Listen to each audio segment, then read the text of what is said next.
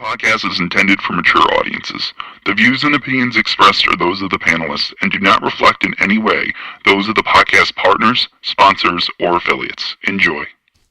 Hi, this is Michael Buffer, and you're listening to the Voice of the People. Let's get ready for Boxing Voice. Every day I'm hustling, hustling, hustling, hustling, hustling, hustling, hustling, hustling, hustling, hustling, hustling. Every day I'm hustling, every day I'm hustling, every day I'm hustling, every day I'm hustling, every day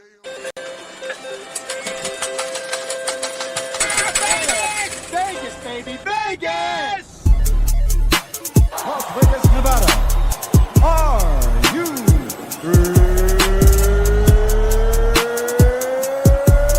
ready? TheBoxingVoice.com. Welcome to Las Vegas, baby. We taking over. Ness Heyman. Mr. Vegas, you are Mr. Las Vegas. I get in every fucking shit. They want me there. TBV presents a ring walk with Danny. Ring Walk Danny. Daniel. Owen Bama, only in America. Because I fight for the people. I go for you and you and you. All them beautiful kids is here. We turn a TBV into the Hot 97 of boxing. Keep talking from Vegas. You already know if it's a big fight, I'm pulling up. Chicago, we in here. Bang, bang. From the cotton fields of Alabama to the casinos of Las Vegas. Mama, I made it.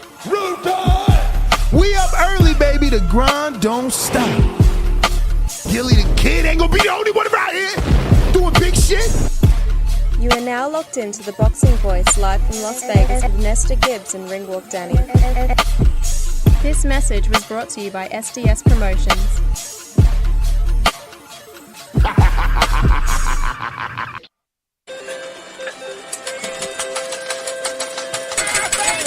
Vegas, baby, Vegas! Las Vegas, Nevada. Are you ready?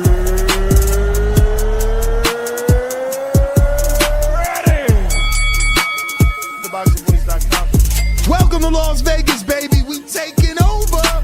Ness Heyman. Mr. Vegas, you are Mr. Las Vegas. I get in every fucking shit. They want me there. TBV presents a ring walk with Danny. Ring Walk Danny. Daniel.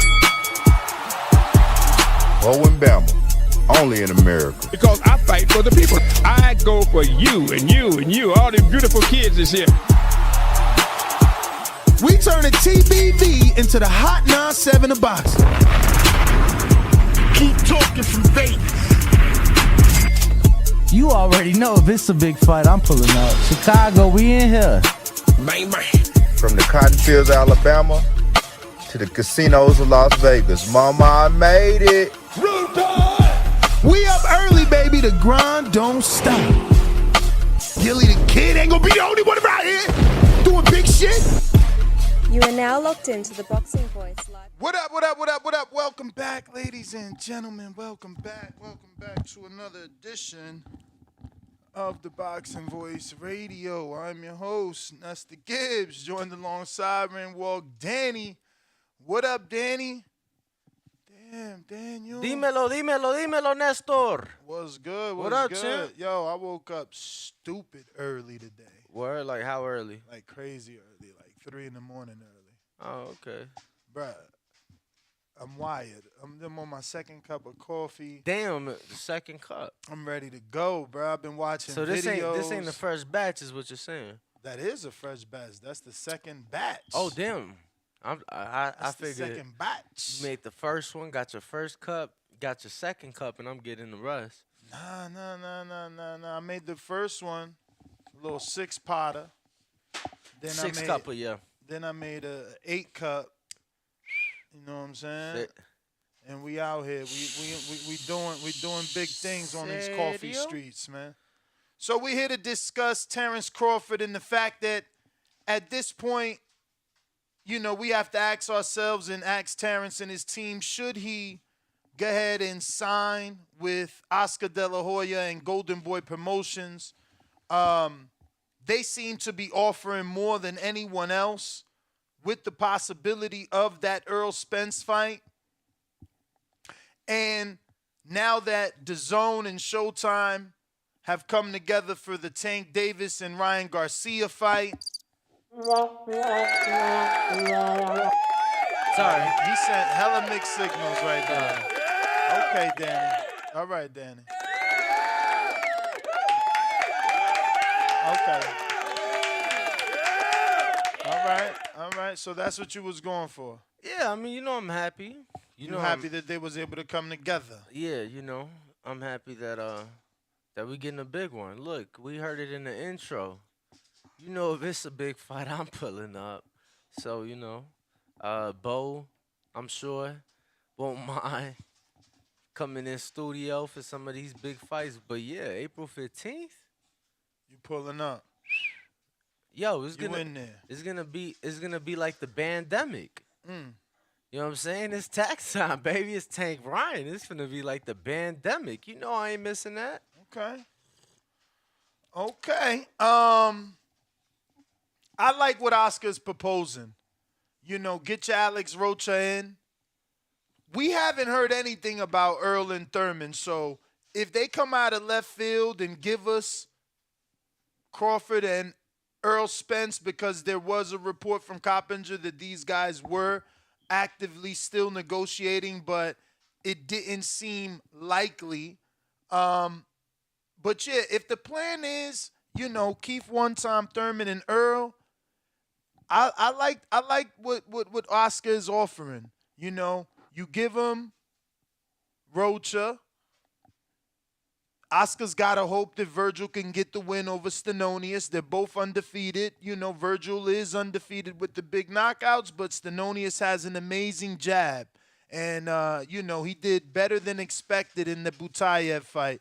So I believe that Virgil has a true fight on his hands. And maybe the knockout ratio stops right there. Now, I could be wrong. Obviously, Stenonius took some shots from Butayev. You can tell in his face he was hit. So maybe Virgil can land some shots as well.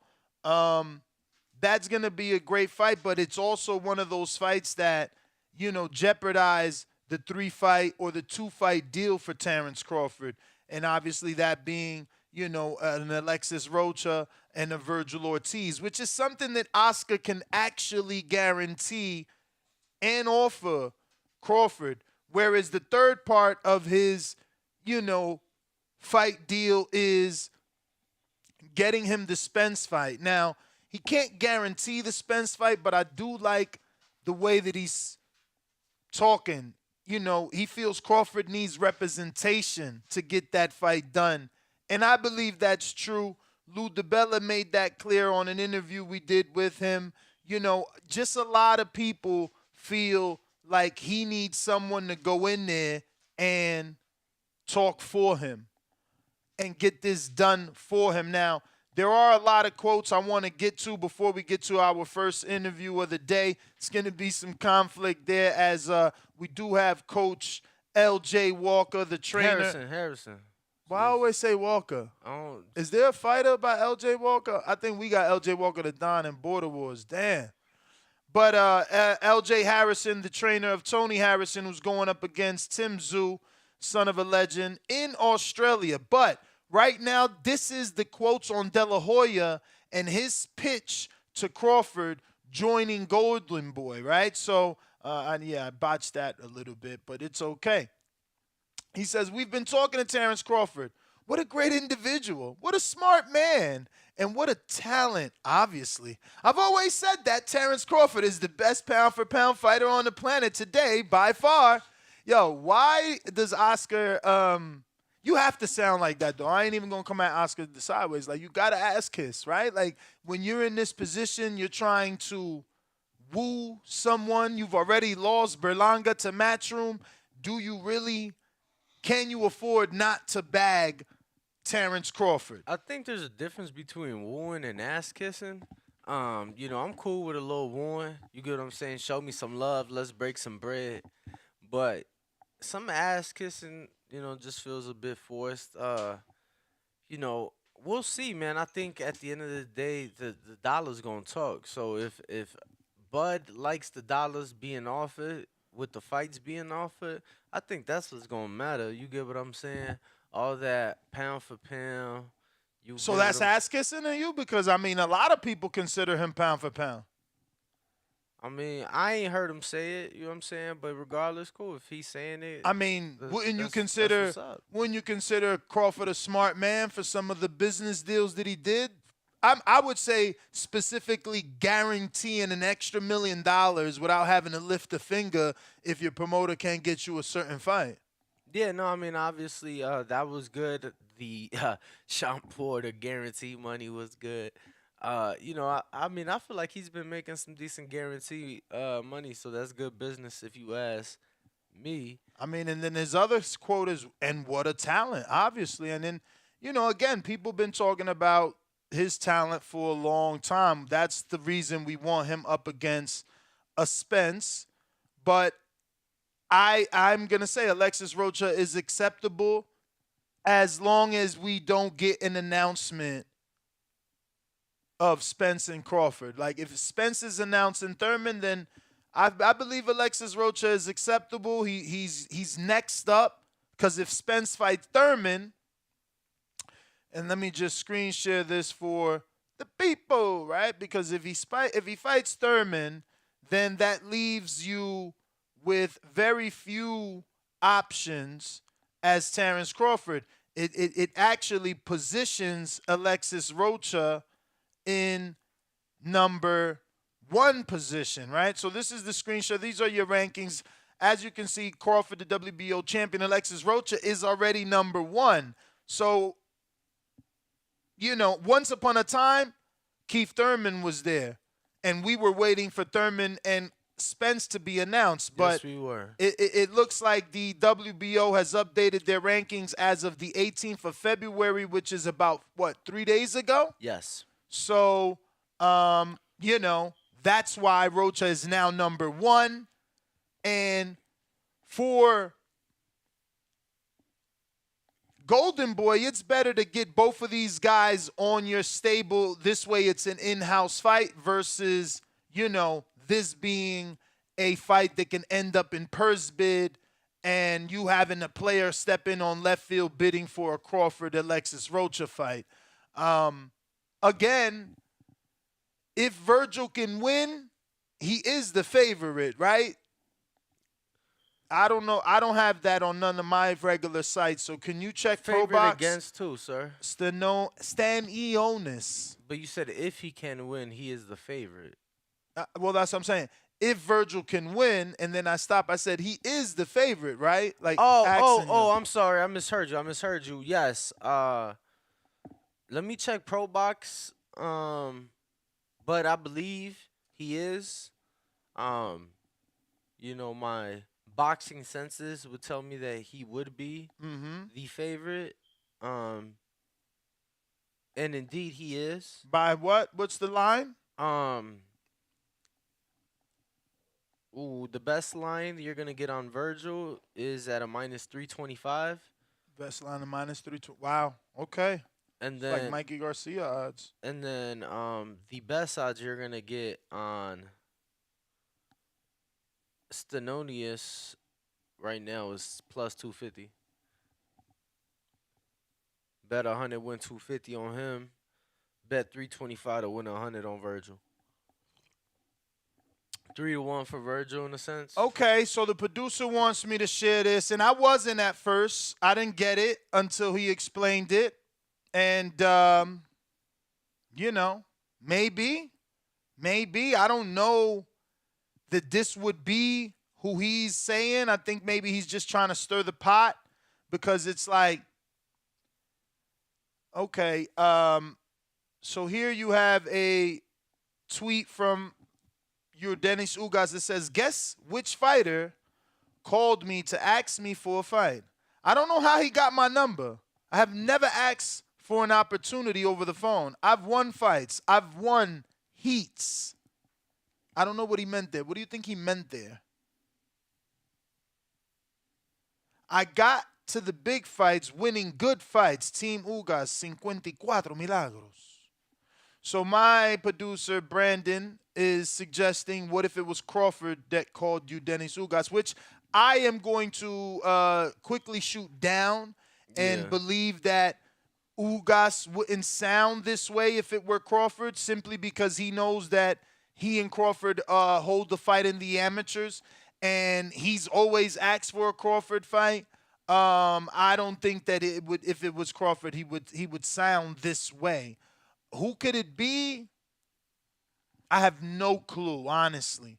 Honestly, I have no clue who could have called him, and why he would sound that way, unless it was Jaron Ennis, right? That's it. Maybe it was I'm gonna Jaron be honest Ennis. with you. I feel like it would have to be a smaller name than that. Like why? Really? Like he almost seemed upset. I mean, we do have Coach LJ Harrison in the building. How are you, champ? Yo, what's going on, champ? Oh man, we're good. Happy to have you. Listen, I'm gonna come out swinging hard from the beginning because I'm a better, and I've become a bigger and bigger better, because it's like, I'm watching all this. I'm going to these gyms. I'm watching them spar. It's like, why am I not making money to pay these bills off this shit? So we've definitely stepped up our betting, and we do a regular betting show, and we've been pretty spot on, you know. So Yo, we Yeah, killed them on the Alicia card. yes, We killed them on the Alicia yes, we card. even yeah. stretched that a week As, after. as you should. Yeah. That being said, though, I've been asking a lot of trainers and fighters about this, Zoo Harrison fight, because I feel like, you know, we all just want Tony to box as well as he did, Right, let's say, in the first 6 rounds of the second Charlo fight, or as well as he did in his last fight versus Sergio Garcia. right. But we don't know why he can, A, lose focus, B, is it the chin, or C, is it conditioning? Which of the Mm, three do you think it is? Because I was at that fight in Florida with Willie Nelson. He was winning that, and then it was over. Now, cool, that was the first one, and it's like he got caught. You get caught. But then mm-hmm. it's been the same routine. The only way he loses is in that fashion. You know, Right. people like my co-hosts like to say he's losing focus. I feel I like to Mm-hmm. say, at this level, you can't lose focus in a rematch with Jamel Charlo. That don't make logical sense. Right. You know, you're a champion defending your belt. I can't give that excuse. So you're Well, the trainer. I say he get bored. I say he get bored. I feel like he having. Yo, I feel like Don't Tony. get it. Yo, I feel like Tony in a way a badass little kid. I feel like he get bored. You know what I'm saying? And he start acting up. He Yeah, start doing shit he ain't yeah. supposed to be doing. So it's like, I don't think it's the stamina. I think he did well. Held up in the Garcia fight. I think, personally, I feel like he get bored. But obviously, you in there with him every day, LJ. You Yeah, know. What is it, LJ? yeah. I think the only fight to me that he just completely gassed out was the Hurd fight.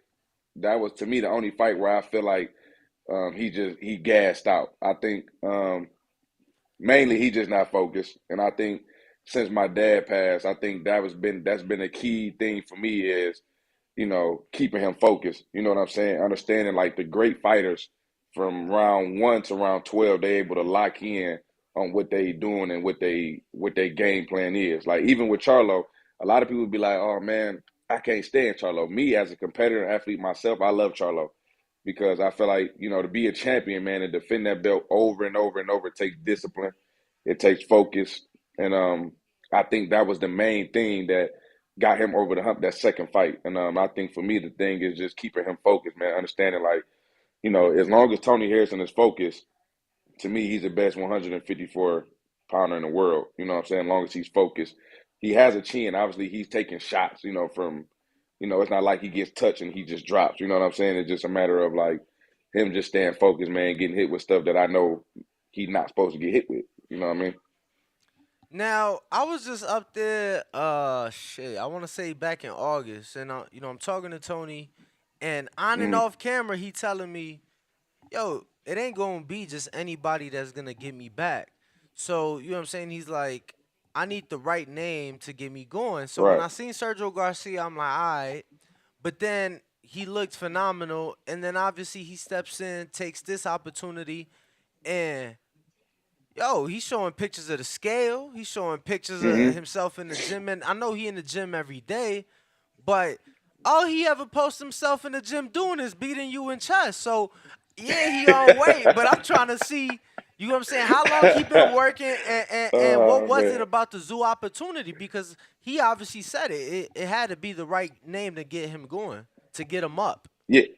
Yeah, I think again, I think for me, because this is somebody that I've been working out with since we can remember, and I know for me, again with boxing, man, I like you said before, I think my brother, he knows he's that better than everybody. So I think for me, it's more of like just making sure that he stays busy. That's been my thing with Tony, just staying busy. Like I don't believe me personally in fighters just not doing nothing and then getting a call 6 7 weeks and think they're gonna go from a zero to a hero. Your body just can't do it. You know what I'm saying? So my thing has just been keeping Tony busy. Like he was in Charles Conwell fight when Charles just fought on the New Orleans card. He's been in Marlon Harrington camp. I don't care if Tony is better or worse than the guy. My thing is just keeping Tony busy. You know what I'm saying? And I think right now it was at the right time because they caught him when we was already sparring and in camping. I already been running with him and working out with him, so it all just played out perfectly. Like he just been staying in the gym, and that's been my thing. Even with the Sergio Garcia fight, I just had him in the gym. I'm just keeping him in the gym. I'm keeping him focused, and that's just the main thing. So you're saying he been sparring Charles before y'all even got the call for Tim? Yeah, like Charles is one of our because if Tony don't have a fight, Charles got to fight, or if Charles don't got to fight, Isaiah Right. Steen got to fight.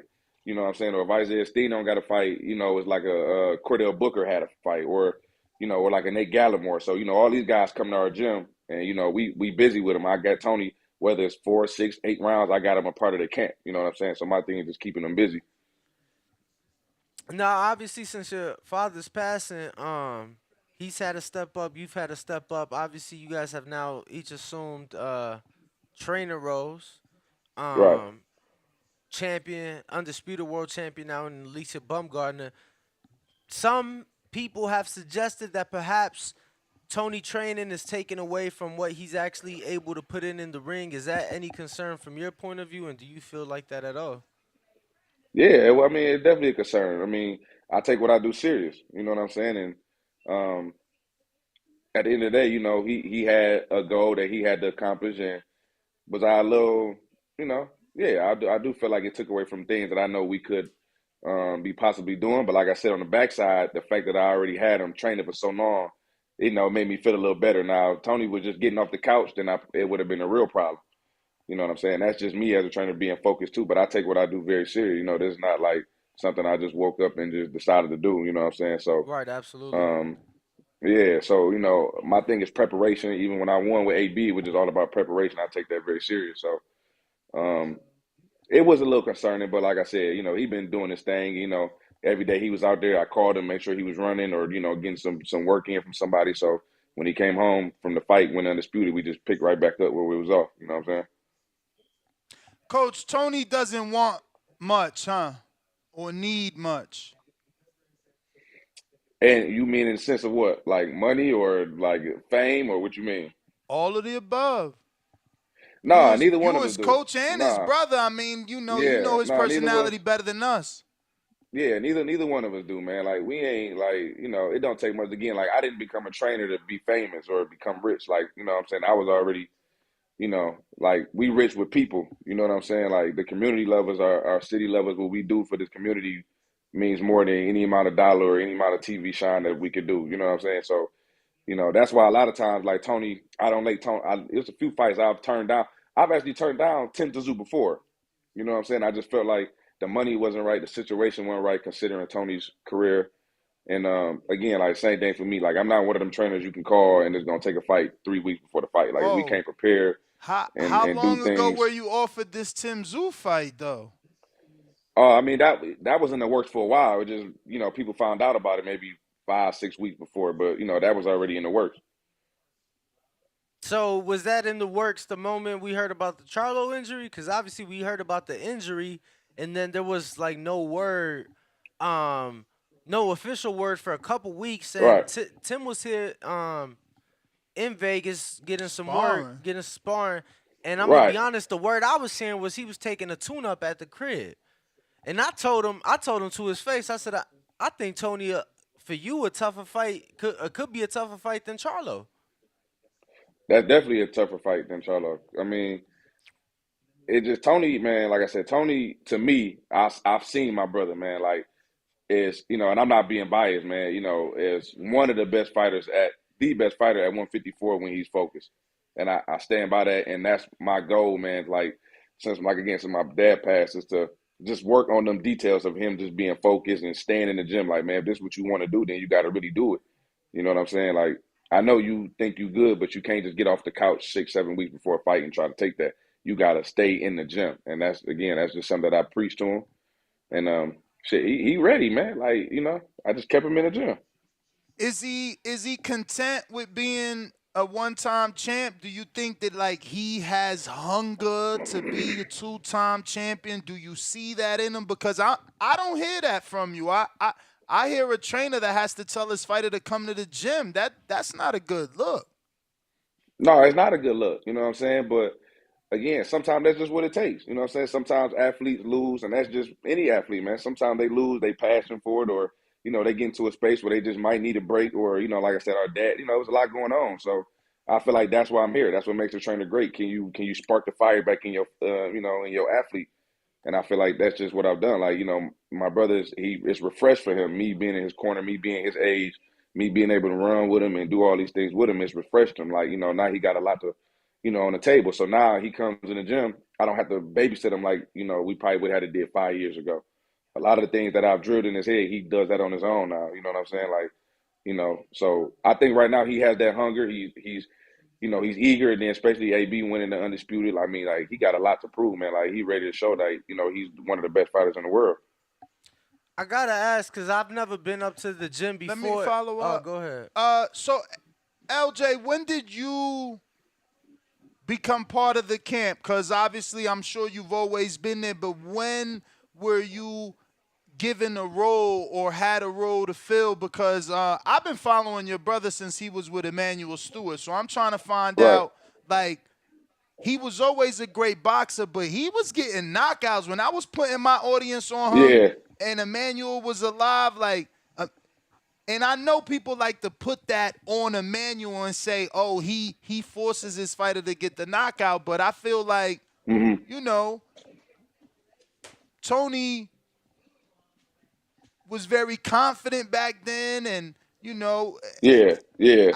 why did he go away from going for the kill, so to speak? Because Danny says again he get bored. Well, you won't get bored if you put that right hand on somebody and knock him out.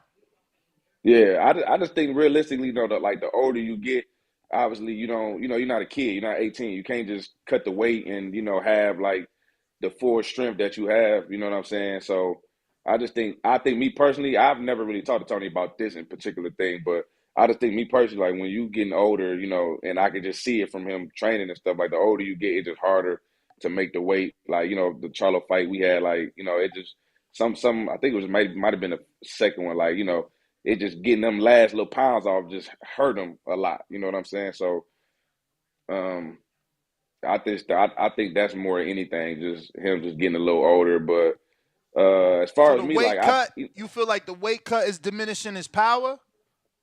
Yeah, but again, that's why I got him now just trying to live in the gym so he stays around that the 54 to 60. He stay in that range instead of going up to maybe 180, 185, and we got to try to lose all these pounds. And in the last week, we trying to get rid of the last 5 or 6. You know what I'm saying?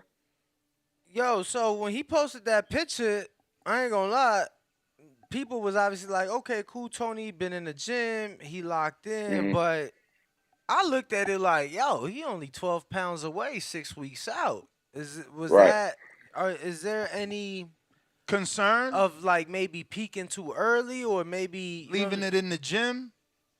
No, a lot of that stuff just came from his diet and how he was living outside of the ring. You know what I'm saying? I tell my athletes this give yourself the best chance, man. Like if there's something that you really want to do, just give yourself the best chance. You know what I'm saying? So, a lot of that came within himself. Like I said, I don't have to babysit him. A lot of that came within his diet. He changed his diet. He stopped drinking. Stop kind of just having fun as much.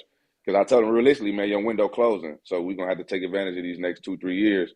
And it just him just making a change within himself. Want to be a better athlete. Really want to just put his foot down on his last run that he got and show that he's one of the best fighters in the world. So what we got, like, what is it, like 18 days or something out? Yeah. How much time would you say exactly you guys got for this fight to get prepared? Because I heard you say you turned it down before, and then I was talking. And then you said we can't take fights on 3 weeks' notice. So how much notice did you get? I was just saying in general, me, because I was just saying in general with me, because I've got calls from fighters, they'll call me and say, hey, I need you to train me. And I'm like, well, when you fight? I fight in 2 weeks. And I'm like, I'm not doing that. I'm just saying in general with me, I'm not that type of trainer. Like I like to be intimate with my guys. I like to spend time with them. I like to see them. I like to, try to, like, again, this is something I take serious. I don't just, I don't need the money that bad. I don't need the fame that bad to just take a fight last minute. Like I don't do that. I was just saying in general with me. How long would you say you guys will have total for this camp when it's all said and done? Oh, total when we first got the call, maybe 6, 7 weeks. And obviously, that happy. was 6, 7 weeks of actually full camp, like not including we was already doing before we got the call. So that's not including. That's not going to include fight week weight cut. 7 weeks of training you got. We got, so without like fight week, we had 6 weeks. 6 weeks. Okay. 6 weeks without the fight week. But again, that's just fighting camp. You know what I'm saying? Like, yeah. So I don't count the week of the fight.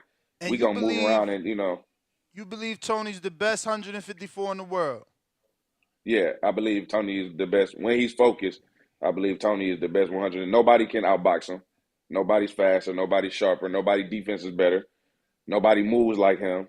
I don't see, and I'm being realistic. Every fighter got their strength, but I'm just saying overall, I don't think there is a fighter that can beat him. Obviously, I think you got guys that's very good. To me, Charlo is good. Lubin is good. Fondora is good. I mean, you got these guys that's good, but I think Tony is just better than all of them. Like, if I had to bet my money on one night, then I would obviously do that with Tony. Floyd made that "Give me 6 weeks and I beat anybody" very famous. What do you think that Tony can live up to that phrase? Is 6 weeks enough for your brother with how highly you speak of him? Yeah, I think 6 weeks is enough for any fighter if they stand in the gym. You know what I'm saying? That's my thing. Like, are you staying in the gym? Now, like, if you get a call, again, like I told you, man, if a fighter get a call and he hadn't been doing nothing, and then they call you and say, hey, we got to fight for you in 6 weeks, it's a big opportunity, then you putting yourself in a bad spot. Because, I mean, the first 3-4 weeks, you got to get over the soreness. It's going to take you 3 weeks to just, you know what I'm saying? Like, the first 3 weeks, your body got to get used to whatever you're doing. So you really only got 2-3 weeks of real time of you getting better. Coach, how much running are you, focusing in on this camp? Because I feel like he gonna have to pivot a lot, right? It's gonna have to be another Sergio Garcia performance where you the matador to your bull. Yeah. I mean, we definitely getting our cardio in, like a lot of sprints. I'm big on things like being obviously distance run is good for just building the strength, but I'm big on like sprints. You know what I'm saying? I like to just get them lungs open. Sprints, you got to go 100% effort, obviously. So he definitely be getting a good cardio in. Like I said, man, we've been getting great sparring. You know what I'm saying? So what's great sparring mean? Because you guys in Detroit, like, what names you using out there? Because Zoo came out here and got real. Shit, Charles Conwell, a hell of a name. Zoo came out here and got real names, though. He was getting real work. I mean, I'm gonna be honest. Like, was he? No, I was gonna say, if we being honest, he didn't get a name bigger than Charles Conwell. That's what I'm saying. He didn't. Conwell is in he got the 154-pound position.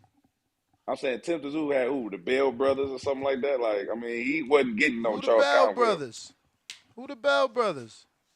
That's my point. Nah. He had Amari Jones and I do know him. I know him. I know him. I'm familiar with him. And he good. And didn't he get some work with Caleb? Nah.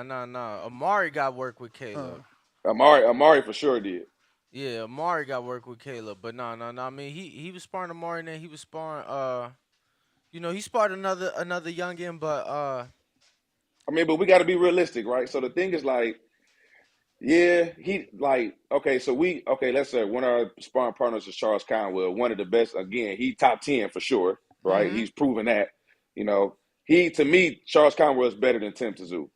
Like, it's not even close. Like, that's just me personally. But to be fair, none of that matters. Like, even though Tim Tszyu sparring guys that I know not better than Tony, none of that matters. It's really what's going to come down to fight night. Like, you know what I'm saying? Who going to be able to just – me and Tony going to be able to stick to that game plan the whole time and, like you said, pivot and move and use that IQ. That's what it's going to come down to. I don't really care who you spar. You can get the best work in it, but it comes down to one night. It's hard for me to say Conwell's not better than Tszyu. You might be right. Like, come on, y'all. Come on, man. Y'all. Bro, that's why I mean, the thing is that Conwell hasn't gotten the opportunity. But neither to has prove Tszyu. that. Neither has Tszyu though. Tszyu got the one better name, right? I mean, he got Gachet. Conwell's biggest win is what? Patrick Day. Yeah, but you got to remember in Charles fights. But listen, in Charles fights, Charles Conwell really stopping people, and if he's not, he's biting down. Coach. And he's biting but I down. do this shit for a living, champ. You seen, and I know Conwell gonna hate me for this, but we all seen his last fight. That was a Dominican welterweight moving up, and he took Conwell to he fucked up my parlay. Because he's still awkward. He's still an awkward fighter. Nah. You seen what Boots did to that boy? Did you see what Boots did to that boy? Boots beat the brakes off of Abreu. He beat the brakes off of Abreu. So yeah, but look, again, Conwell was you good. gotta remember. But you Conwell's gotta remember, good, but I don't know if Tim punching harder. I know everybody get caught up in Conwell and what happened with Patrick Day. I get it. And rest in peace, Patrick Day. That was my man. I'm from the East. I was I'm there. from New York. Listen, but Pat can fight, why bro. he ain't knock out Abreu? That's an awkward guy. Charles still 5'5". He's still short. The guy was an awkward, long rangy. You still gotta find your way. How many rounds they was doing, Coach? Listen, all I'm saying is that I think Charles beat him. That's what I'm saying. No. How many rounds Harrison and Charles doing? Oh, I don't really want to give out the sauce, but for y'all, I do. I mean, we doing 12 to 14. It just depends on the day. Some days 12, some days it is 14. Just them two doing 12 to 14. Just them two alone. Just them two alone. And again, that's not even including the other guys I got coming in. That's giving Tony work. That's coming on the back end of that. You know what I'm saying? On the back end of 12 to 14.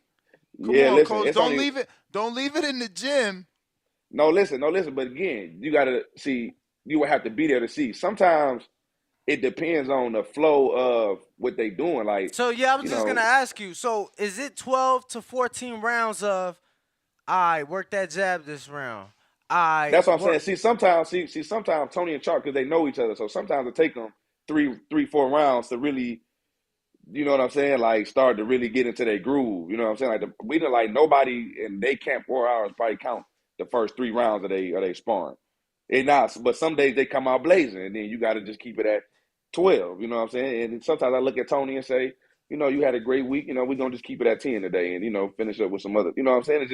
It just depends. But I'm saying I'm normally trying to aim for, like, realistically, my thing with Tony is staying focused and finishing. So a lot of times I make him go an extra round or two just so he can lock in on the game plan down the stretch. You know what I'm saying?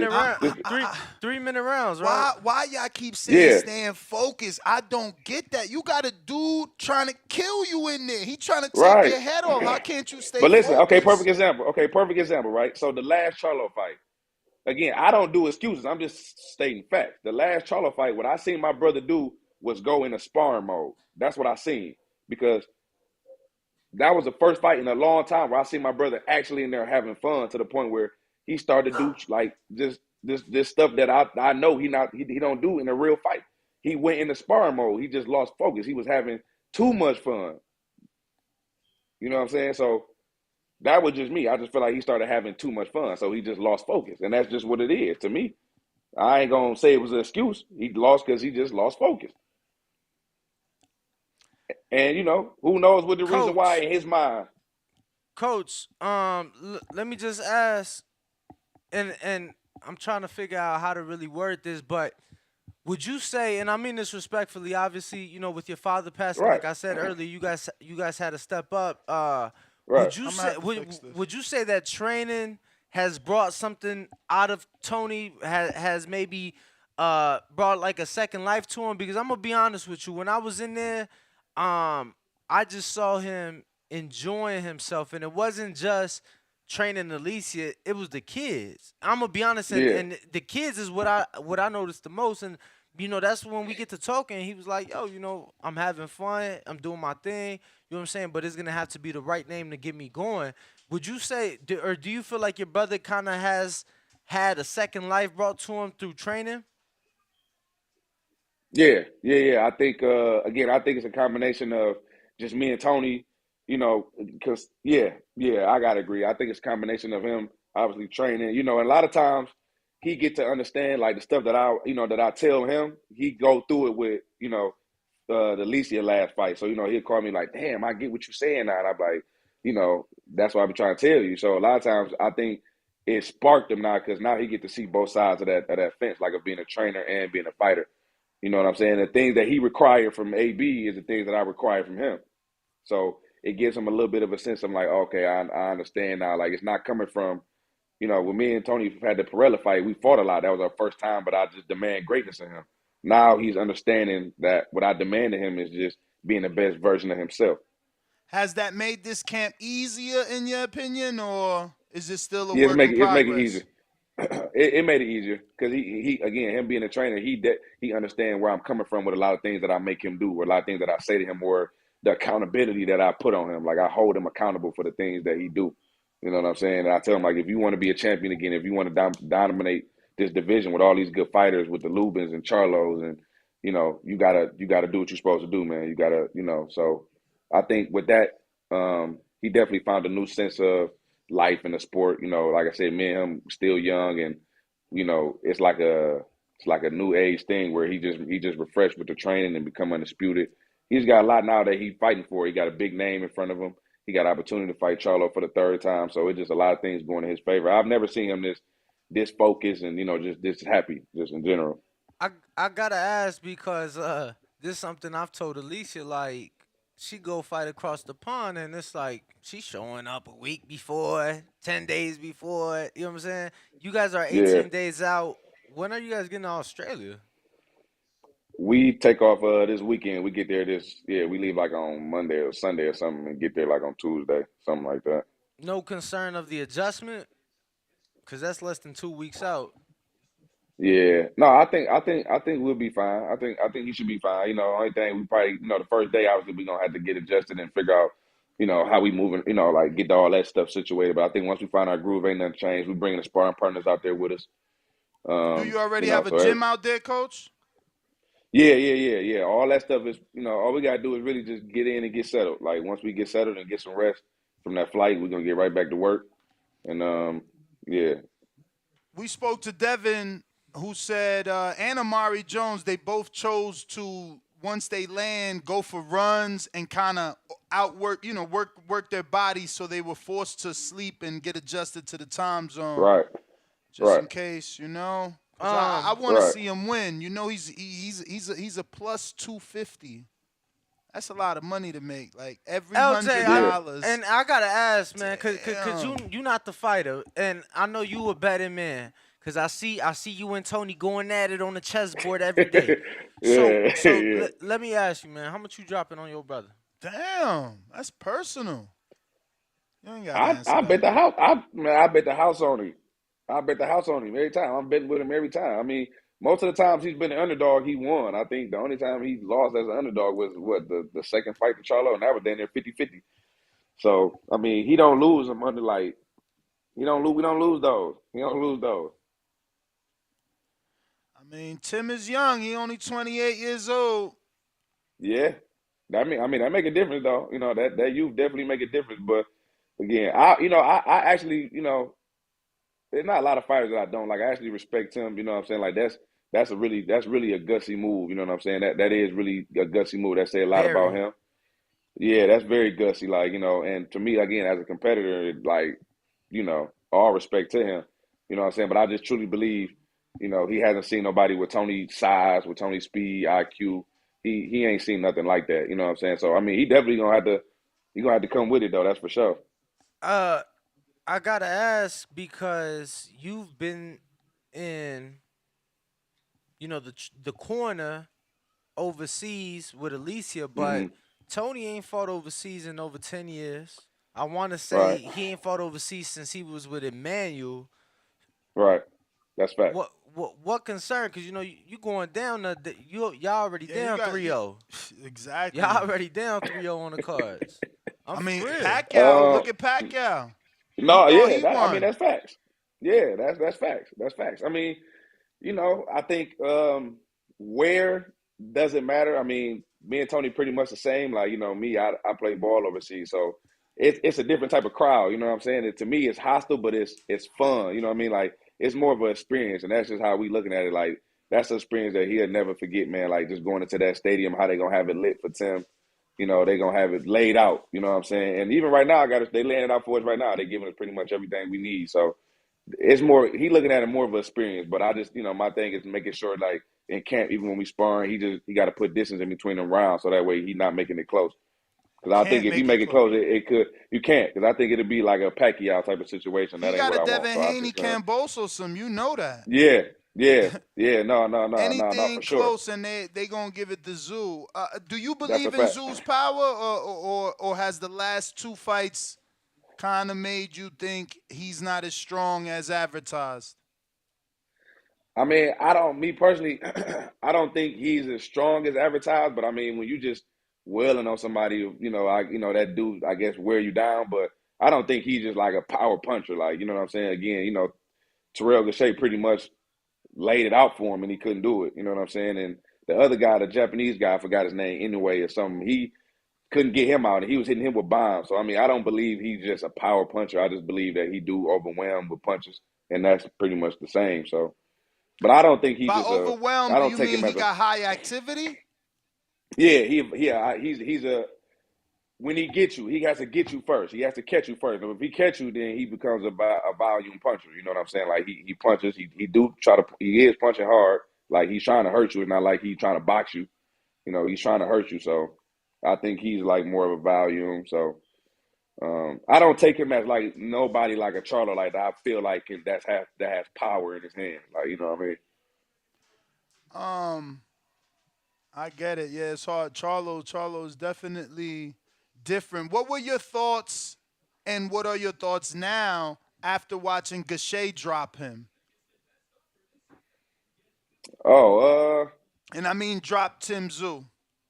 right. I think Tony definitely have enough opportunities. I don't really understand why Tim was just like, like staying in like one spot a lot. But for him to get that two off, like, I mean, we gonna be able to get that all night. But Terrell, I didn't understand why he was just staying in one spot a lot. I don't know if he was hurt or he just knew like he wasn't in shape enough. I don't understand why he was in one spot, but I think we're gonna have them opportunities all night. Like we're not gonna just sit there and do that. We gonna, like you said, we gonna matador that thing a little bit. Going back to that Conwell sparring, was you asking anything specific of Conwell? Like, I want to hope specifically asking him to push Harrison, come forward, or did you let them both do them? Because I feel like then that could have turned into a boxing match. No. I let them both do them, but again, Charles is just naturally a pressure fighter. You know what I'm saying? He is just naturally a pressure fighter. The thing is that Charles is very sharp though. So that's why I feel like it's gonna give us the advantage because not only is he pressuring Tony, but he throwing sharp punches, not coming out wide so much like Tim's is. So I mean, I just feel like if Tony is able to move around like he doing with Charles, then we shouldn't have no problems with Tim Tszyu. Because Charles coming to fight. Like Charles is pressure like the whole time. Like the whole time. You know what I mean? So he And I definitely know like perfect work. no one could be, an exact Right. mirror of Yeah, someone, yeah. but the 3-inch and a half height difference. Is that a concern, or were you putting people in there? Because I don't know. I feel like Timmy's even bigger than that 5'8" is registered. You think how'd he look versus Amari? Amari, a big 54-pounder, so he looks small, but Okay. yeah. Yeah, I think that's gonna be about the same. Like I think with Amari's height and Tim's height, I think it'll pretty much look the same with Tony. I think Charles favor more Tim to do as far as height wise and build. So I think Charles is just overall perfect as far as like the height, the build, the pressure. Charles is sharper. That's the only. I mean, that's in my opinion. Charles is just a sharper, better fighter. But as far as size and stuff, I think they pretty much the same. Him and Tim. With Pacquiao, this was brought up, but again, I'm touching back on the knockouts and his time with Emmanuel Stewart. He obviously, was going for it. You think he's lost his killer instinct? Is he just, chess is a mind game, Right. It's not about knockouts, right? It's about setting up your opponent, and that's more like being a boxer. Is that just where he's kind of migrated, or do you think, he can get that killer instinct back? You talking about Tony, right? Oh, absolutely. Yeah, I think Tony. I think Tony got to a point in his career where just when you lose and just the difference of how they treat you or how they move you, I think Tony realized that winning is just more important. You know what I'm saying? So I think Tony realized sometimes you're just not going to be able to knock everybody out no matter how hard you try. I think he learned that from her. Like, no matter how much you hit a guy, sometimes they just not going to go down. And I think Tony learned now, like, with his skill, with his personality, like, winning is just all that matters. And I think he learned that, like, these guys just can't box me. The only chance they have is if I turn into a brawler.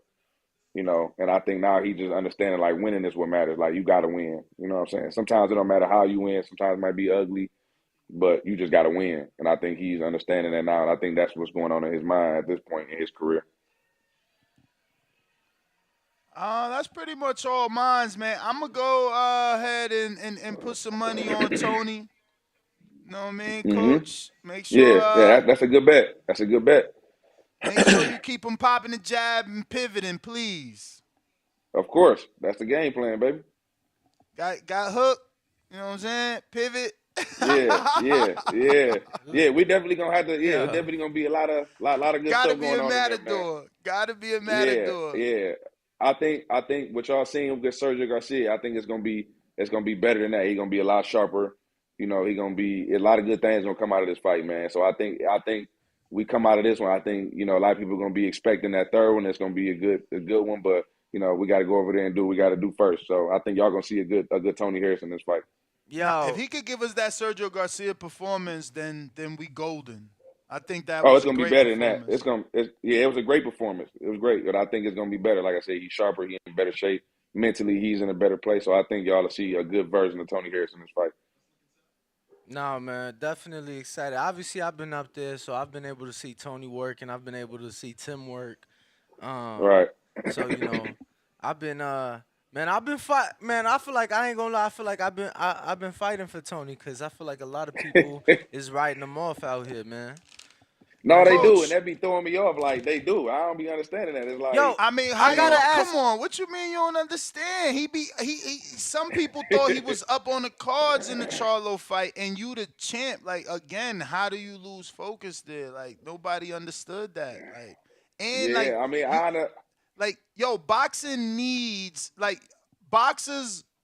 They wish they could have what Harrison and Charlo have. Like Pacquiao and Mayweather had that. Floyd got that with McGregor. But you need a nemesis in this sport. Like Clarissa had that with Savannah. Now she be her nemesis. Is like, who else? Right. You need that. So how he let that slip, I don't know, man. I hope. I mean, it just this like, fight leads him there.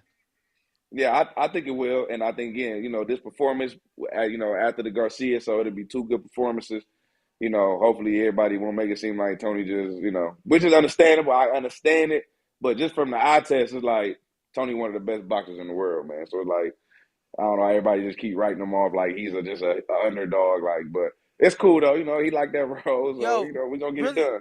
really quick for me, LJ. Last two things. Well, actually, last three things. Did you feel that Tony?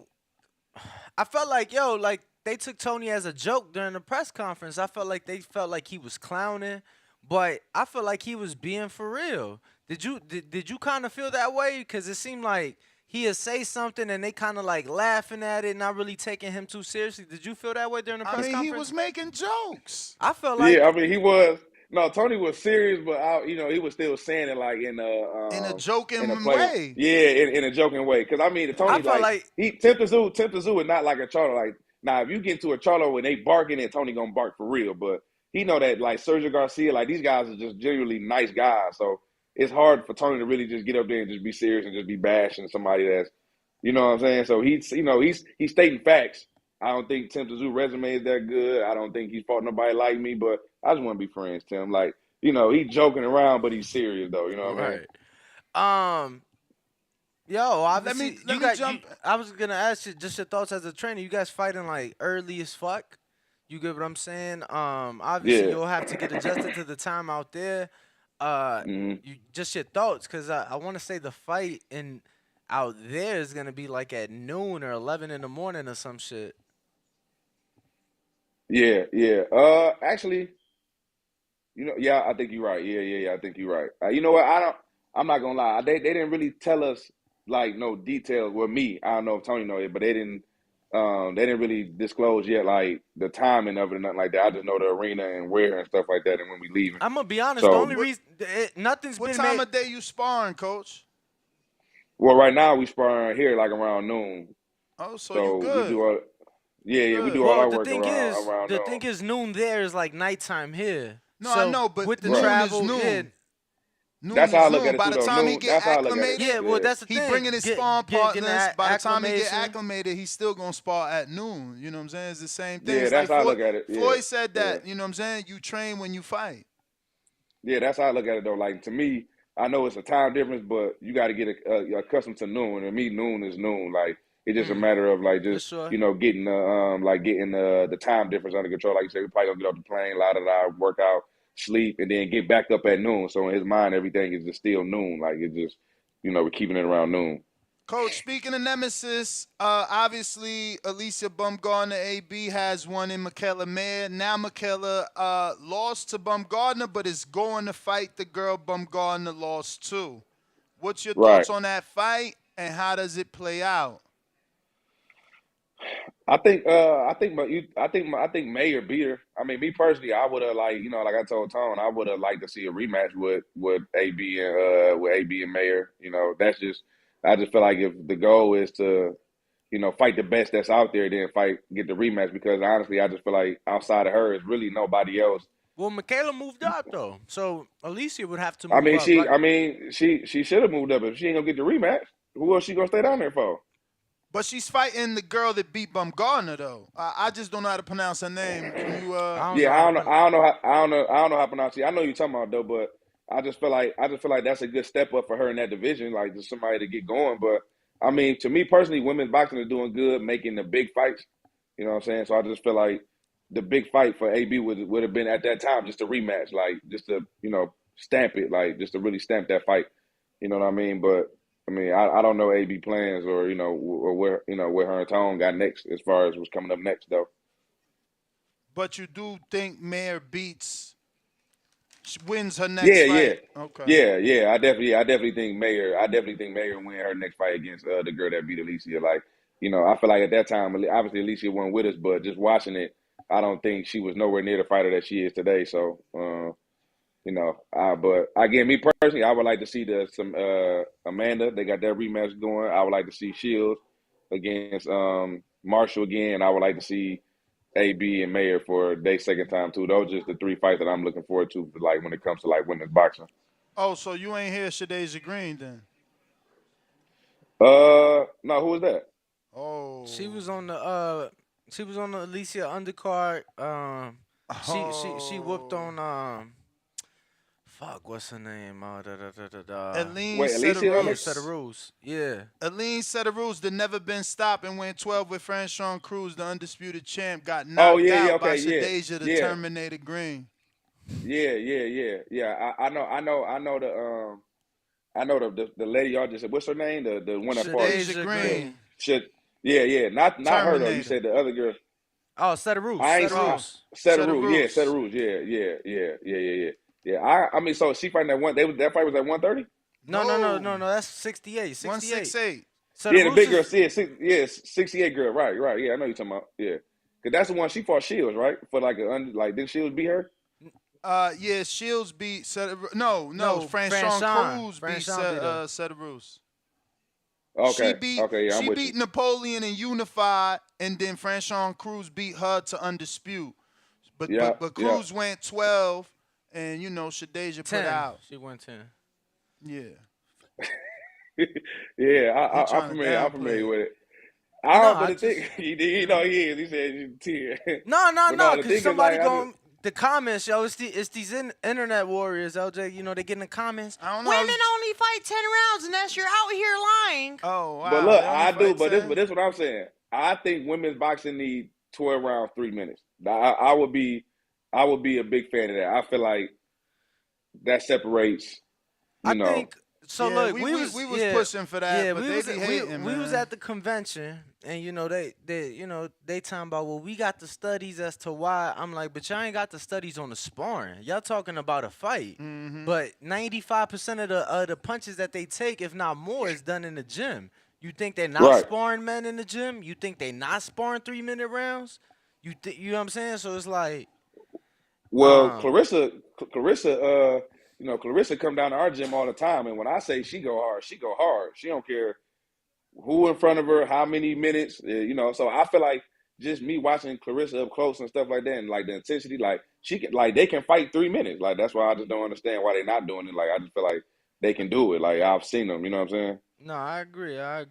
Yo, I gotta ask, cause I'm from Chicago, man, and some people don't take shit like this serious, but I do, right? So, um, y'all being from Detroit, is Tony rocking the buffs on the way to the ring? Cause that speak a lot, man. I'm No, serious. he always gonna rock the bus. That ain't gonna. That's just a Detroit thing. Like that's just what he do. He always gonna rock the bus. Yo, cause if he bringing Detroit to Australia, you get what I'm saying. He's saying he comfortable. He's saying this is my home. I got Detroit on my face. He gotta keep the swag. That's what that's what the people love about him. He gotta keep the same swag. Yeah. You got to keep the same energy, man. Yeah. So I'm he trying definitely to. gonna rock the bus. I'm trying to hear some Baby Money, some Babyface Ray. I'm trying to hear some Detroit ass shit on the way to the ring. I want him, you know what I'm saying? No, he Make gonna sure do that he though. get out early, coach. Make sure he get out early on them early rounds, cause Make sure he warmed up. People want to figure each other out, but those rounds you could just bang, and make sure you No, warm I them up. agree. Make I sure you agree, warm bro. them up. Tank versus I agree. Barrios. Was it Barrios or Tank versus Rolly? Tank versus Rolly. He complained. He like, next time I'm coming out warmer. So boom, he just had this other fight versus Hector. Came out a lot warmer. Got the stoppage. Warm him up. Get him ready. No, for sure. Let's get this No, for win, sure. champ. We need this win. I agree. Yo, if y'all Everything need y'all to, saying, get y'all 100% waters, get y'all cases of water shipped over there, like whatever y'all need to No, do. for real. No, look, I'm on all that. We on all that, Get man. with I'm gonna RX, I'm gonna man. try to. Tell him to I'm send gonna you try to some get. I'm water gonna try out to there. get with. Yeah, we're gonna do all that. I'm gonna try to get with Haney too, man, and see if they got some little spots out there, whatever. So we're gonna definitely try to make it happen, man. We bring it home. You know what I'm saying? Hit up Bill. He's good with his DMs, and he would definitely help you out. Oh yeah, that ain't no question. I appreciate y'all boys. All right, Coach. Thank you again for coming on. Appreciate it, LJ. No, Make sure I to give out your appreciate social y'all. media, bro. You say I ain't hear you say it one more time. Social media, any social media, so people can follow you and keep up with you. Oh yeah, I just got the Instagram LJ Harrison 7. That's all. I don't really, I keep it simple on there. All right. Hey, Coach, before we let you go, I'm sorry. We're discussing whether or not Terence Crawford should sign to De La Hoya. Obviously, Alexis Roach is the #1 in the WBO. Terence is still the WBO champ. And, they got Virgil Ortiz over there. Seems like he can't get that Earl Spence fight done on his own. Oscar is asking for an opportunity to represent him in making that fight. And it seems like they did make the Tank and Ryan fight, which is, two separate entities, PBC and Dazn coming together. What's your thoughts? Should Crawford sign to Golden Boy? I feel like at this moment, yeah. I mean, I feel like he can't get it done by yourself. I feel like ESPN really haven't given him no big fights. I feel like 147 PBC is pretty good, but it's moving kind of slow. So I would say, De La Hoya, like you said, he just made that last fight. So I would say if I had to consider all those options, probably I would go with De La Hoya because obviously he's doing something right where he's trying to make the big fights and he's doing anything he can to make it happen. So if Terence goal is to, fight the best and be the best at this point, then I would probably say, yeah. Yo, you know who you need to hit up that you guys have actually worked with to some extent? Vanessa Lockwood, the masseuse. The physical therapist. She was obviously out there with Devin both times, so I know that she has a relationship with Tony to some extent. So no, Vanessa, my girl. I talk to her. That's my girl. I talk to her all the time. I text her and we literally text on the phone and talk. That's my girl. I definitely talk to her about that too. James, they good people too. Yeah, phenomenal people. They great people. You know what I'm saying? That's the type of people we love. So I definitely just check up on her all the time. Her and James, great people. So I'm definitely gonna tap in with them. For sure. Well, LJ, we appreciate it, man. I ain't gonna say. Like Canelo says, luck is for the mediocre. So handle business, and we'll chop it up when y'all get back. Oh yeah, we're gonna chop it when we get back, man. I appreciate y'all boys. Thank you. Thank you, Coach. Yo, and I ain't even gonna lie to you. Ness been saying he dying to get on the chessboard with you and Tony. He say he like that. My resume speaks for itself. Hey, look, we're gonna do this. Look, this is about to happen. I'm gonna tell you what's gonna happen real quick. We're gonna get this dub. We're gonna come back home. We're gonna fly out there for the plant fight. I'm pulling up. Had a chessboard ready, man. Okay, I like the sound of that. I like the sound of that. Perfect. I had a chessboard ready, man. All right, I like it. Thank you, Coach. All right, fellas, appreciate y'all. Yep, have a good one. Yeah, I like that because I was about to put my resume out there and be like, yo, man, I hold big wins and do big things, but he giving me the opportunity. That's all that matters, man. Phone lines is open while we wait for our next guest that we had to push back a little bit. I don't know. I think he was in the gym or something like that. I don't know. I got Twitter Spaces open as well, so somebody let me know if that's working properly. And Discord is open as well. So if you want to go ahead and talk, we do need you to raise your hand. And so is our landline, 1-425-569-5241.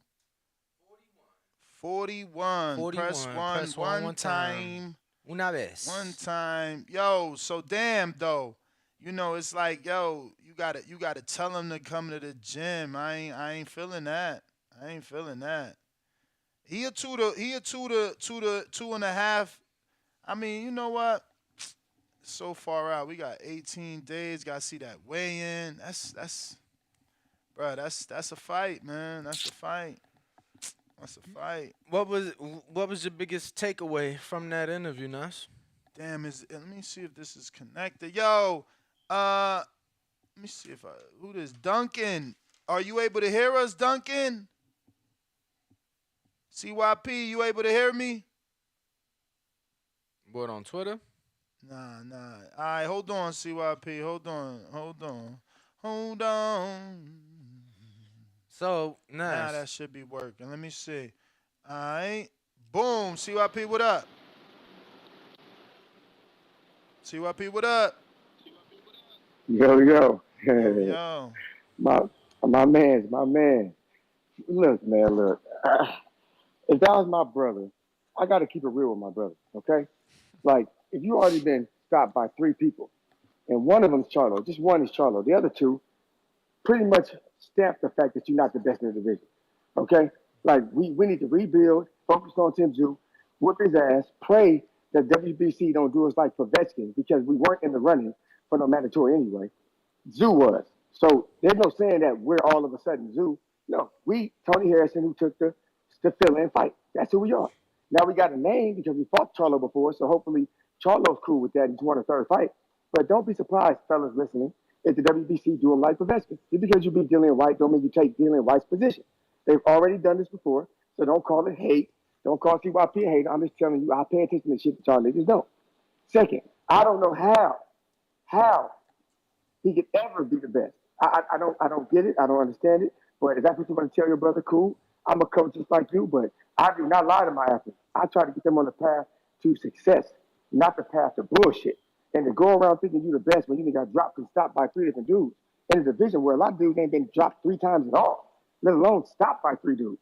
I'm talking about just dropped 3 times, not stopped by 3 dudes. There's a difference in that shit. I'm not a Harrison fan. Y'all know that. I'm a Harrison fan. I think that the shit that he talks has to add up. I'm a big shit talker. But if it don't add up, I'm off your ass, yo. Like Conor McGregor, I'm off your ass. If you're going to do all that shit talking, you cannot get your ass whooped. You can't. And to say that in the third fight, I think he just lost focus. Fool, you got dropped, I think it was in the 5th round. You got dropped early in the fight. Your focus came back. What did he do after that? He started winning rounds because he was down. He started getting serious. And then Charlo got serious again and fucked his ass up. You just can't fuck with Charlo. But if you win and Charlo wants to fight, I'm down for it. So I'm going to watch every single fight. But let's stop the delusion because it's going to lead to a contusion and a big-ass bruising. See, watch you out.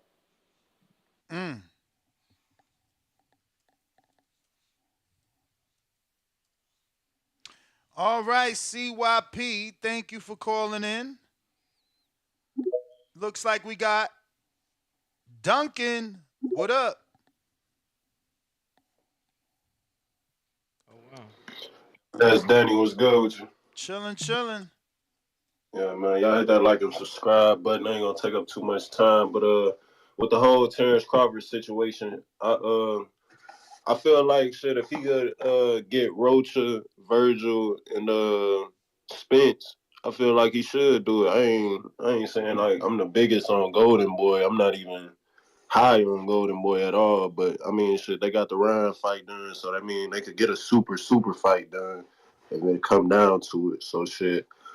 If I was in this corner, I'd say shit, just go over there, get a couple easy paychecks for putting hands on Rocha and Lil Virgil, and then shit, try to make that Spence fight happen. Even though I feel like if he fight them 2 fights, that shit gonna be far long gone. Like ain't nobody gonna care about it no more, to be honest. But I mean, shit, if he ain't got no other options. Either he could move up or try to fuck with Charlo or try to catch Earl there or just wait around for the young bulls like Virgil and Boots. But I don't see that happening no way. I could see him getting in there with Virgil, but I don't see him risking his old for Boots. That I don't see what he would get out of that. Just he would do that for the people more than for himself, in my opinion. And I don't see him doing that shit no way. I wouldn't do it. Cause shit, I don't see what he get out of beating up a young nigga like Boots. But like I said, if I had to choose, I'd go with Golden Boy and shit. Just beat up them young dudes and try to catch Earl at 54 because them niggas ain't fighting at 47. Earl ain't coming back down. And that's all I got on this call, man. Y'all hit that like and subscribe button. Just keep doing what you're doing, bro. All right. Yo. You found it? Found your what? research? On what? What you looking up over there? I seen you Google. Yeah, I looked up 2 different things: the WBC situation and overtime shit. Yeah, I seen the overtime shit. I just don't know. You gotta know more. Yeah, I gotta do. let you explain because you watch other sports. So overtime is a platform that covers basketball, but they really just social media. Like they do clips. You know what I'm saying? They're huge though. They have like 7 million on Instagram. They have a football page with like 1 point whatever million. They have a women's basketball page with like 500,000. Here's the problem, Instagram has 6.8 million. Yeah, here's the problem though. I don't know. I'm gonna be honest. I don't know that this has anything to do with the other. I don't know that they associate it with the others. You know what I'm saying? What you mean the other? This is boxing. I They got to deal with the zone. Okay. Oh, you didn't see that article? I didn't see the article, but what I'm saying is I don't know that they was associated because it ain't like it's the same logo. There's no promotion of it on none of the other platforms. No. There's already articles and quotes from Joe Makrowski, and from the president of Overtime, and C4 is already the lead sponsor. That's why I sent you that. It's crazy. I texted to you because you got, your computer. Since you were on your computer, I texted to your computer text. Yeah, I didn't get no text to either device. Yeah, I mean, brother. it's right here. I don't know. It's here. I don't know why you didn't get it. But, yeah, according to this article, let me go down to the bottom. Q You screen got- share? Yep. So I will say that the Overtime Boxing page only follows Mm-hmm. 3 people, and one of them is the Overtime Basketball page. Again, I don't know.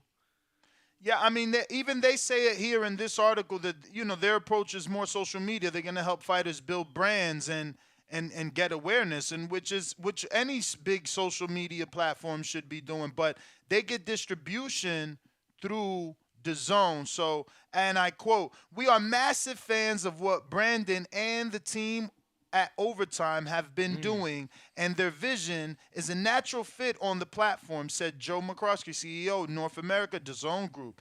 "We are both disruptors in the market, and with our best-in-class production and knowledge of the sport, we are confident we can create something very special." So, yeah, they're there. And if you go up here, it says Overtime is getting into boxing following the launch of his Overtime Elite Basketball League. Have you heard of that? And what is that? Yeah, no, they're huge, bro. I mean, that's part of the the platform that I was telling you about. And they've created their own league. I want to say it's based in Atlanta. And I mean, they're going to be doing boxing there as well. So it is a beautiful state-of-the-art venue, and they're doing but boxing. It's small. They're doing boxing. How many people it holds? Bro, if I'd have to pull it up. So it's a bubble situation, you think? It's their own private facility. Okay. But they decked it the fuck out. But if I had to guess, maybe 2,000 people or less. It's going to be called OTX, and it's going to launch in August with 4 weekend match cards streaming on DAZN. Weekend? Are they doing Saturday, Sunday? Is it Friday, Saturday? Maybe. And then it says, look, it will feature a year-round social-driven content highlighting the to-be-announced male and female fighters. They will all be pros and at least 18 years of age. Competitors will be in their first summer series from the Overtime and Elite Arena in Atlanta. So, yeah, it's going to be a series. And my man's name is Brandon Rhodes. He's the vice president. And look, like I said, Energy Drink C4 is already on board as the inaugural sponsor. Yeah, so it's a beautiful facility. It's just how many that holds? That's set up for basketball for sure. I mean, it's a basketball. Yeah, it's a basketball facility. That's what it is, and that's what I'm saying. It's a gorgeous facility. Send me that link to screen share. That is dope, and I'm sure honestly, they could stage it for boxing. Their own website don't even have a single picture, so just Google Overtime Basketball Facility, and then click on images. BT? Oh no, that's OTX. Overtime Elite Facility. Type that in. That's the name of the venue. Yeah. Yeah. All right, champ. Overtime Elite. That's good, man. More players, and they gonna build kids. You could tell they gonna be going the building route, right? That's what I feel like, honestly. Nah, Carmel ain't participating. What's wrong with you? Carmel's about to sign with Floyd whenever the time comes, man. How you gonna participate in this? This ain't for amateurs.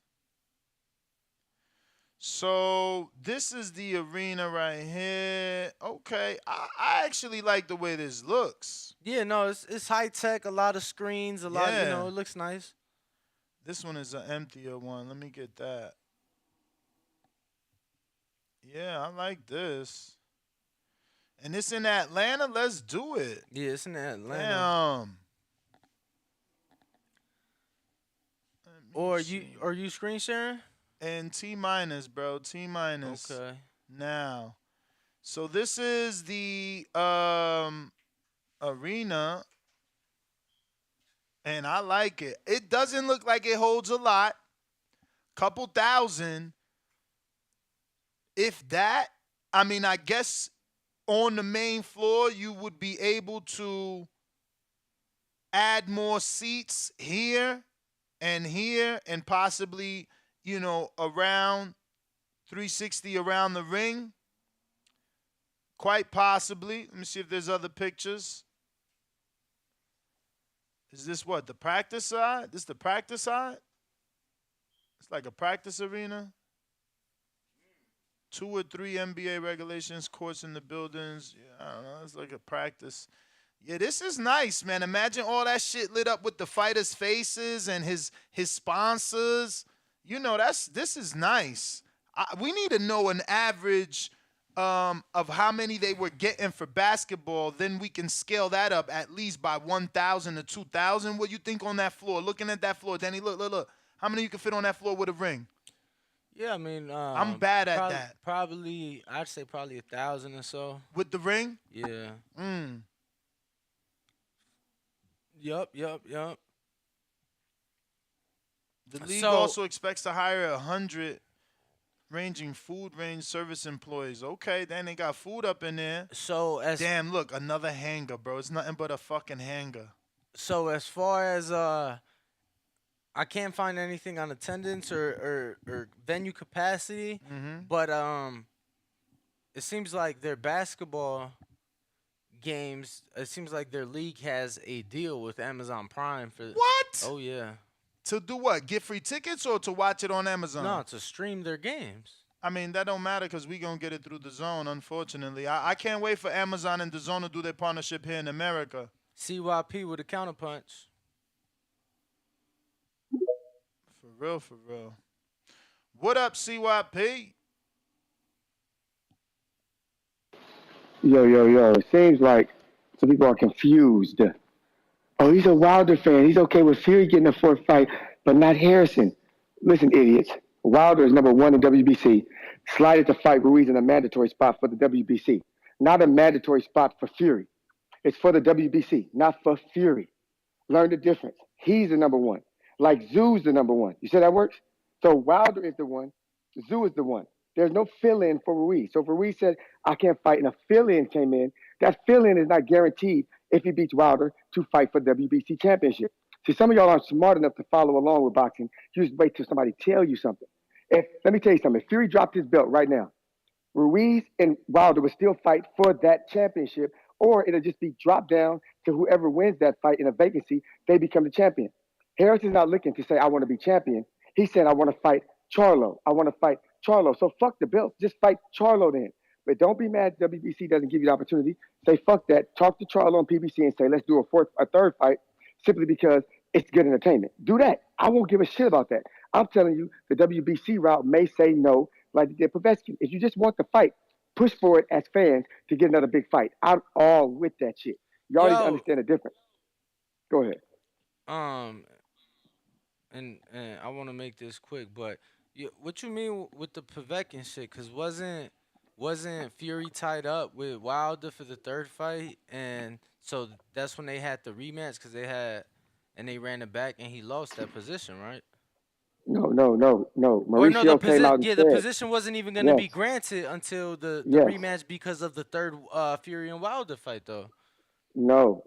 Mauricio's on record saying, I'm not sure that I'm going to give Povetkin White's position. He said it. It had nothing to do with nothing. Okay. It was simply because that's White's position. It's White's position to lose. And again, I promise I want to be quick, but the article I pulled up from Boxing Scene, and this could have been after what you talking, right? This could have came out after, but that article, Mauricio was quoted saying that the winner would be designated the mandatory, regardless if it was Povetkin or White, and that they would fight after the 3rd Fury and Wilder fight. Yes, that's after. When it was, this fight is before, right? They have not fought yet. Haven't fought yet. They still. How long is this fight out? between Harrison and Zoo. So he has time to decide whether he wants that winner to fight, whether it's Harrison or Zoo. He hasn't said that yet. So I'm saying don't be surprised if he says no, is what I'm saying. I'm not saying he will say no. I'm saying that if he says no, then don't think it's unfair because he did it for Povetkin. So it happens. He said, no, I'm not sure I'm going to give it to him. I'm not sure. But I'm not sure. eventually, That means I either am or I'm not. Before they rematched, he came out and said that he would give it to Povetkin had Povetkin won, though.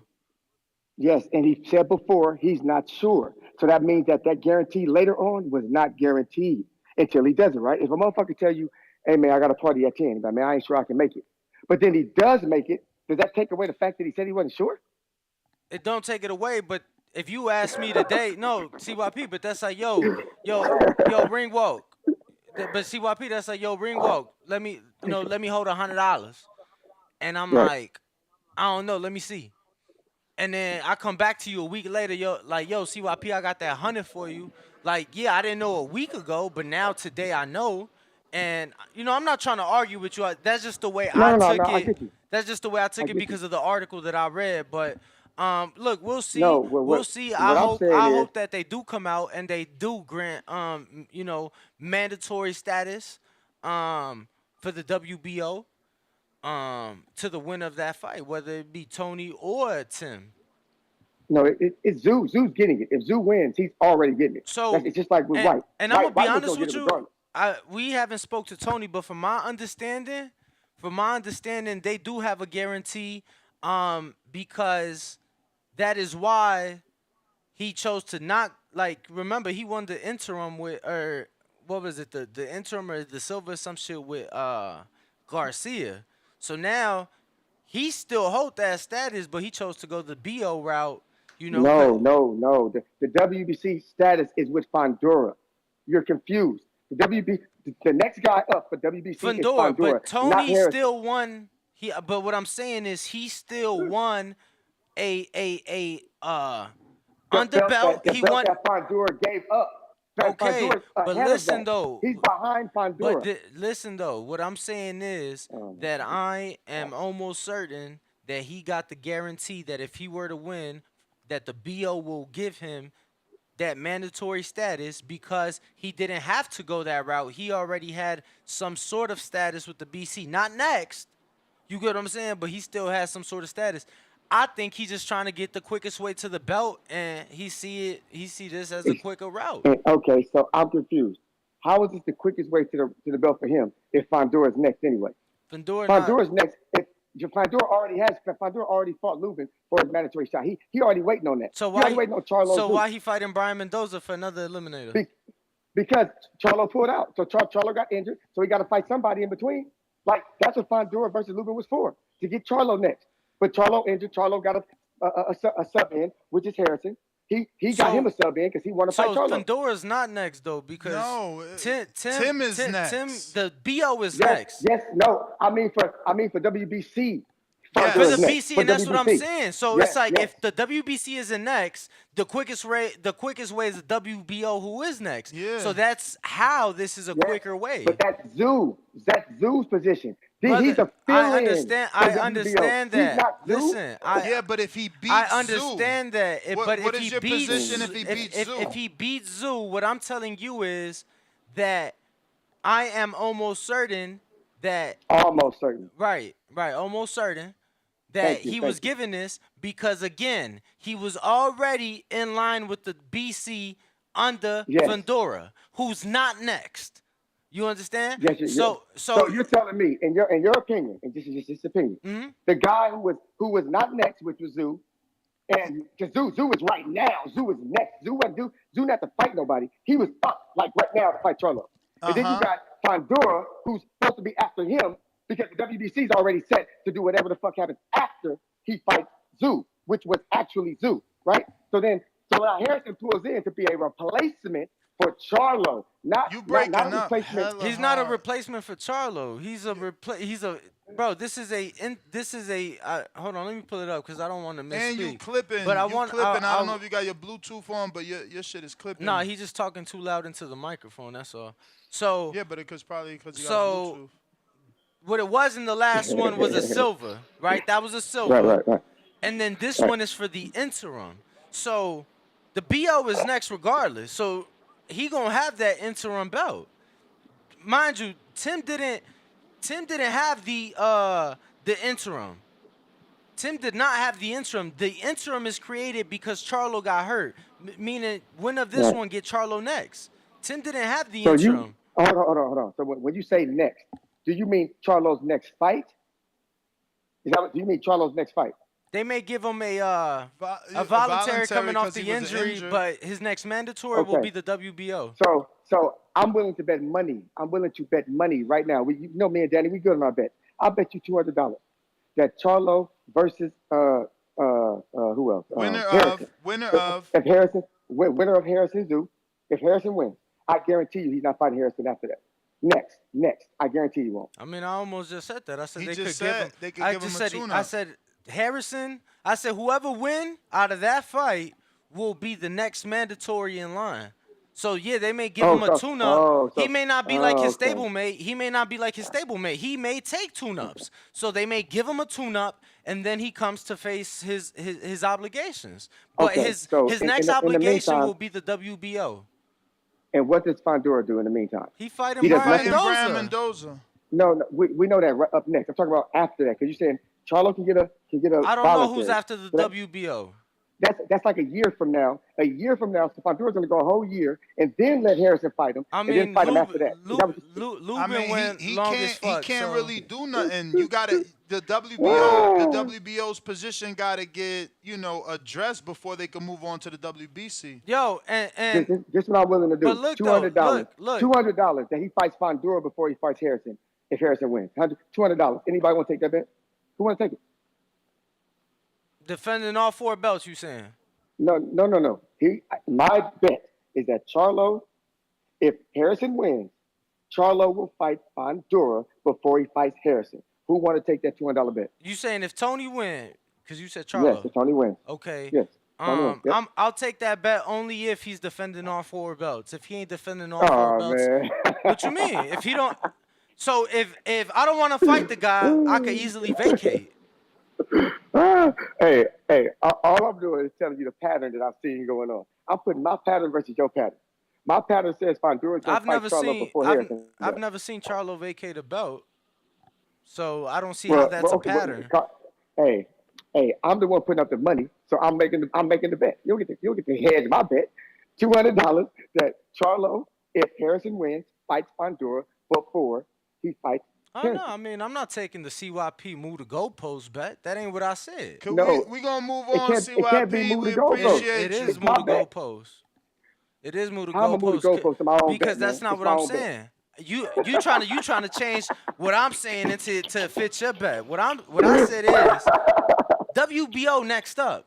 So if he want to remain undisputed, he going to fight the winner of Harrison Zoo if there is a winner.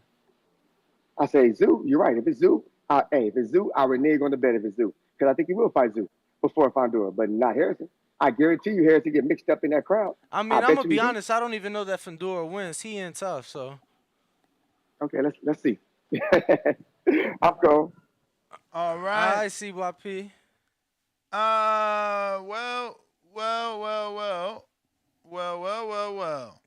Like how he try to do that. I ain't saying if he fight Fondura next, he gonna be defending all the belts because he could vacate. Nah, ain't what I'm saying. Yeah, no, CYP definitely Caller of the Year nominee at least. Well, he 2 years in a row. I think he 2 years in a row. 3 or something. Three. Wow. Think three.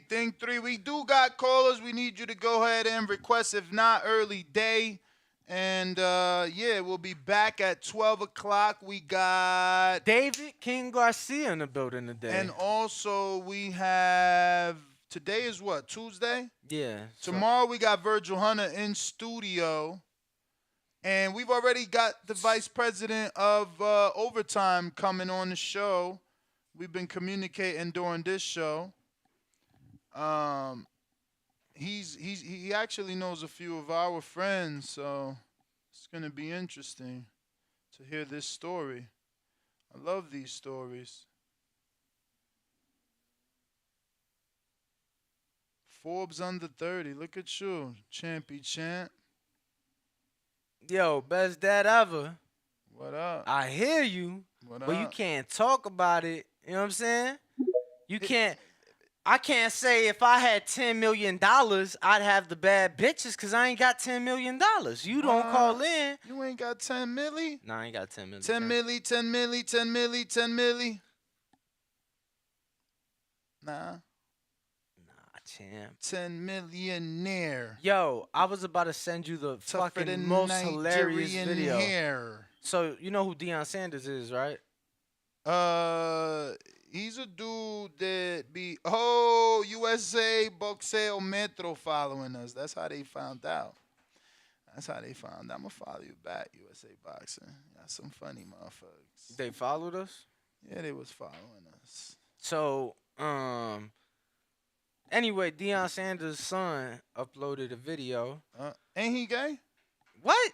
Oh, see, you just need to shut up, bro. Cause what the fuck you talking about? You just be saying anything. I thought. Nah, you ain't think shit. Just yo. So, yeah, my man's uploaded Damn, a video. bro, why you? Cause you just throwing that. You know what I'm saying? So he uploaded a video of his C8, and it was like fucking disgusting. C8. Yeah. What he did to it? Nah, it wasn't what he did to it. It was what the fuck the salt and the snow did to it. Like his C8 is black, but bro, that shit look like gray. I mean, that's only a car wash. Nah, bro. it was filthy though. Like, I mean, you thought your car was bad? He alright. He got a C8. He alright, man. Let that man live. Yeah, I mean, I wouldn't be complaining as a 21-year-old with a C8. Let that man live, bruv. He alright. I just want to know, did you say, is he gay? Because you asked me Yo, on we here. not going to talk about, you know what I'm saying? Nah, you know, I was confusing him for, I guess. Magic Johnson's son. You was That's confused. the big heavyset dude? Yeah. Magic Johnson's son. I'm pretty sure. Magic Johnson's son is out there. Yeah. It was just how you said it. Is he gay? Like, you knew exactly who he was. Hello? But what's up, Boxiana? Okay.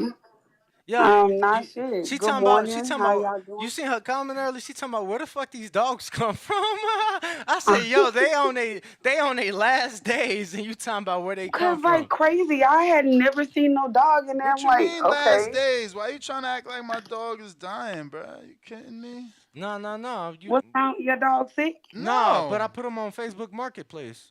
This dude terrible. You out of pocket. You out of pocket. He said he's trying to get rid of him, so I'm trying to help. This kid. No, you don't put the dog on the marketplace. Why not? Oh, God, because those people are not sane on Facebook. Dude, you lying. I ain't never bought shit on the marketplace, but you know, people do it every day. No, don't put that man dog on no marketplace. Yo, what's up though? You got don't Tony? Listen to him. Don't listen to him. You got Tony over Tim? I got Tony over Tim, but I do not want to see another fight versus him and Magamel. I just think it's gonna be a repeat of the same. The last Magamel. America versus everybody. That's the slogan. Oh, Magamel. I thought you was like doing Magamel. like I'm about to show my age. I thought that was like a mixture of like Jamel and Gargamel from the Smurfs. What the fuck? Come on, the MAGA hat is the biggest hat to hit the streets in your lifetime. Never heard of it. Yeah. Magamel's that guy, but I don't want to see a third fight. I really called because you post something this morning, and I need to know the public opinion on it. And why can you find Franchon and bring her on and ask her what's really good? Because none of us get her. They should have showed up. We just had her on the show. When? Like 2 weeks ago. Yeah, we had Franchon on. She said she got that fight with Hannah Gabriel's. That's priority to her, which is a voluntary. So, you know, we got to see, is there going to be a network interested in that fight, and is that really going to happen? So do y'all want to see Daisha versus Franchon? Hell yeah. Hell yeah. Hell yeah. Who wins? Huh? Who wins? The fans. Shit, the fans. Shit, my Nah, that's an pockets. easy, My cheap ass pockets. answer. The fans. My pockets. Yeah, our YouTube That's a members cheap and answer. Yeah, are Patreons you? on the betting show. Yeah, exactly. Whoever tune into the betting shows, who fucking winning? I think Shadacia's gonna win, but I'm gonna let y'all be great, cause y'all don't want to answer the question. It's cool. I think y'all know. Y'all just don't want to say it, Was it cause y'all like. unanswered? Was your question unanswered? Yeah, it was unanswered. You You just ain't said get the. fans. You just ain't get the answer you wanted. That's all. I'm specific. You know I like specifics. Nah, the only Exactly. Pacific I know is the Exactly. ocean. But I'm gonna keep my comments to myself. yeah, Anyways. like you gotta understand though. Why the fuck would we tell you who we got when we legit make people pay to tell them who we got? Well, see, I didn't know y'all broke all that down like that. I watch the morning show. I be busy in the afternoon. Nah, we break it down in the betting show every Friday, and we upload our betting Yeah, slips. we out here making people their mortgage payments. Oh, well, then I need to tap in because I like to bet. Yeah, we bet. That's that whole interview with this morning was all preparation. I've been prepared. Yeah. That shit was See, preparación. the thing is, Ness. The thing is with Ness is that, you bet with your heart and you don't want to admit that, man. I've been past that stage. Nah, I don't bet. You wouldn't bet against Harrison if your life depended on it, That's bruh. false. That's false.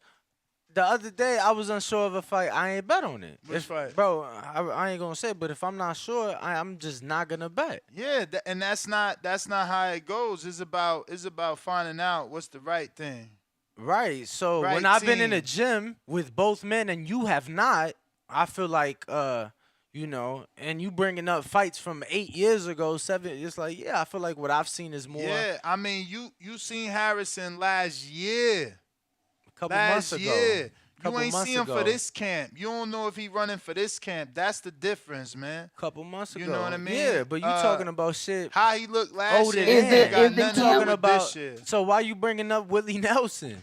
You get what I'm saying? So is the camp gonna change the fact that he may or may bringing up not the have a past. questionable Now I'm team? bringing up a pattern. But it's not a pattern. It's not a pattern. It's not a That's pattern. right there why you can't make that divide. How can I not make that divide? Because you talking about I've been in the gym, so you're gonna ignore the history? Okay, the history under who though? Just like he had a history of knockouts under Stewart. under Emmanuel Stewart. Mhm. He had a history of getting knocked out under his father, Mhm. and now he has a winning. Well, you know what I'm saying? He's been winning under his brother. I mean, last I checked, people thought he lost the Pereira fight. I mean, he didn't though. That Facts. ended up And being that a was a draw. welterweight moving up. Stop the bullshit I'm with just- me, man. Facts. You biased, and it's okay.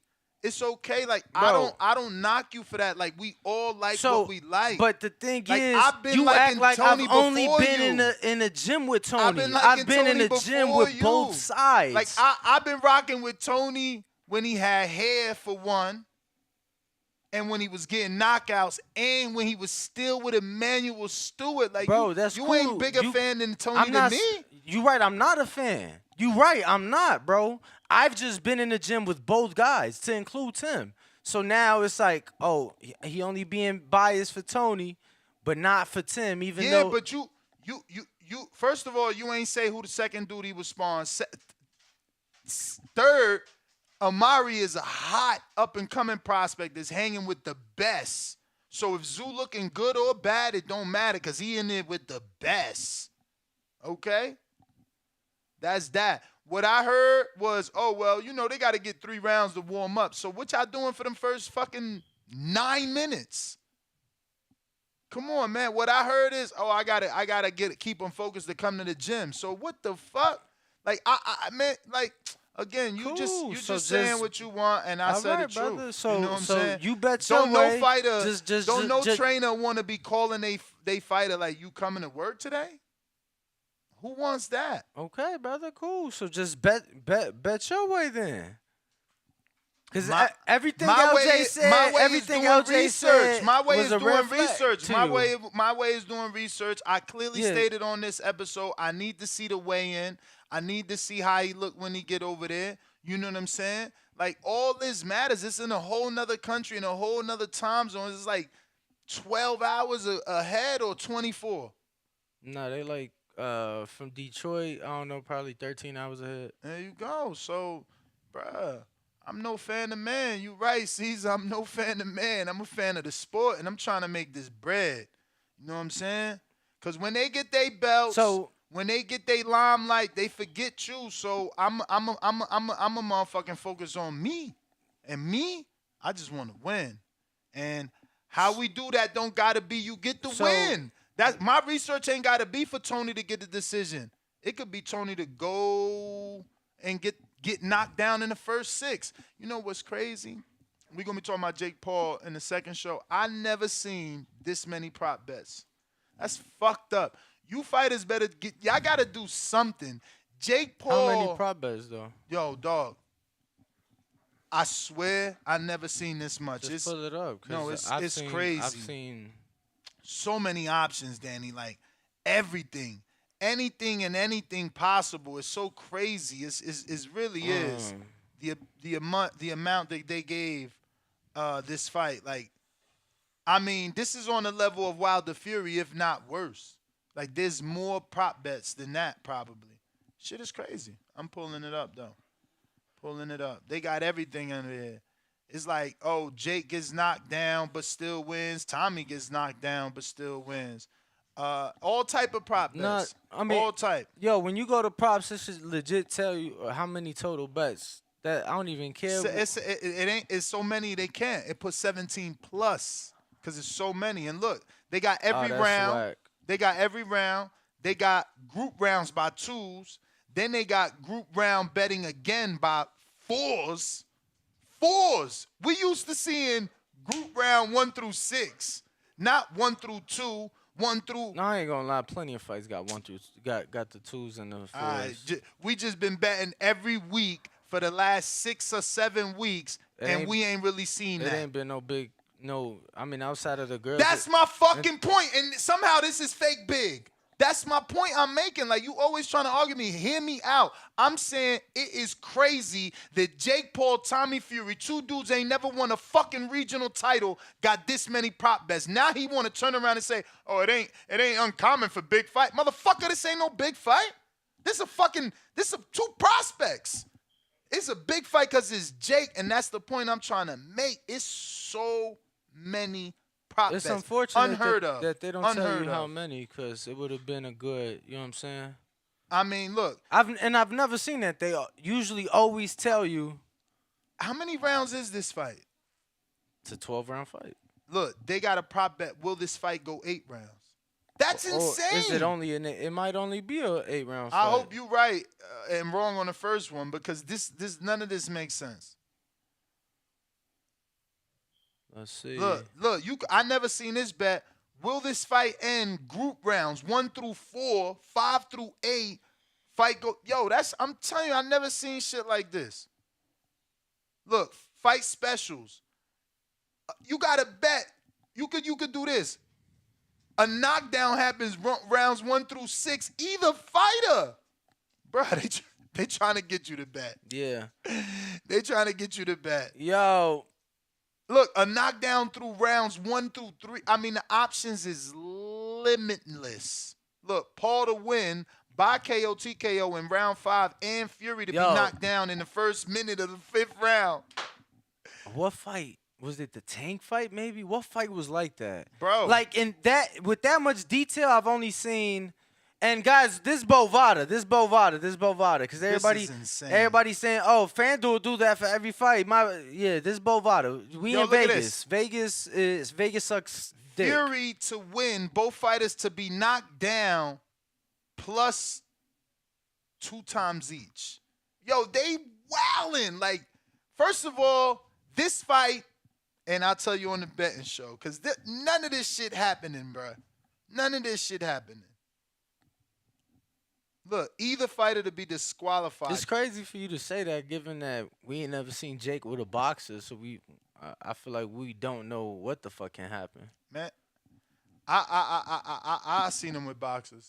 I take the words of my interviews I take the relationships I've built and over the I mean, time. regardless, I'm just I saying. believe Yeah, everything yeah, that but Steve Cunningham told me. anything anybody that never told you has been with headgear though. That's all I'm saying. It's That's like cool. That's cool. we just Tommy ain't built like that. You see how his shoulders? He a fucking coat hanger. Get out of here, man. Don't make me give up too much, man. Don't make me give up too much. I mean, you already gave one thing away. I'll tell you what. What?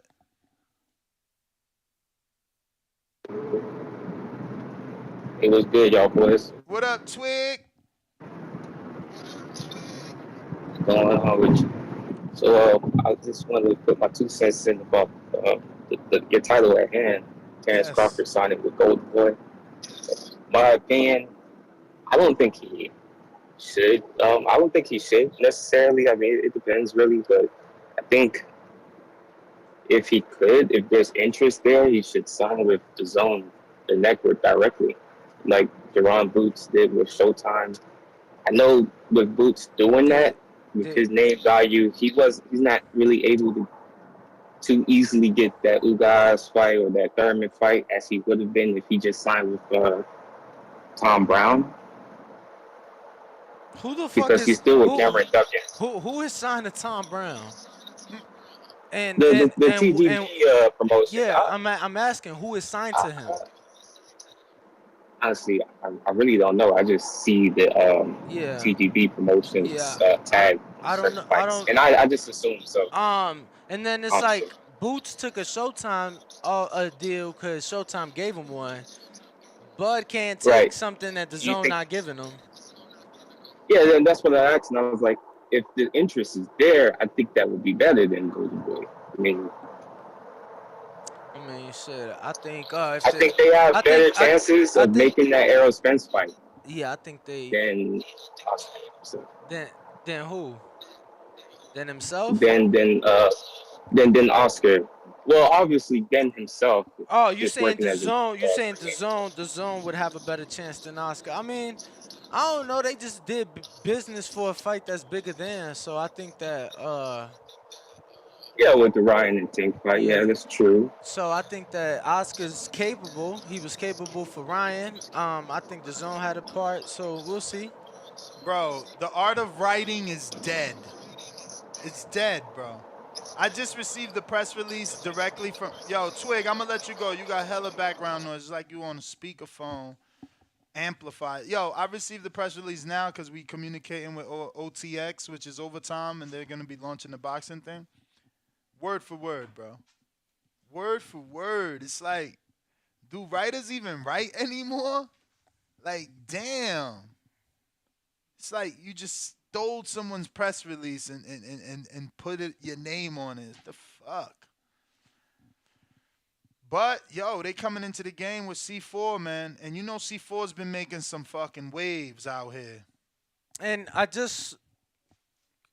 And this guy, Brandon, I got Yo, you probably wouldn't even know. I want to know what C4 it is, though.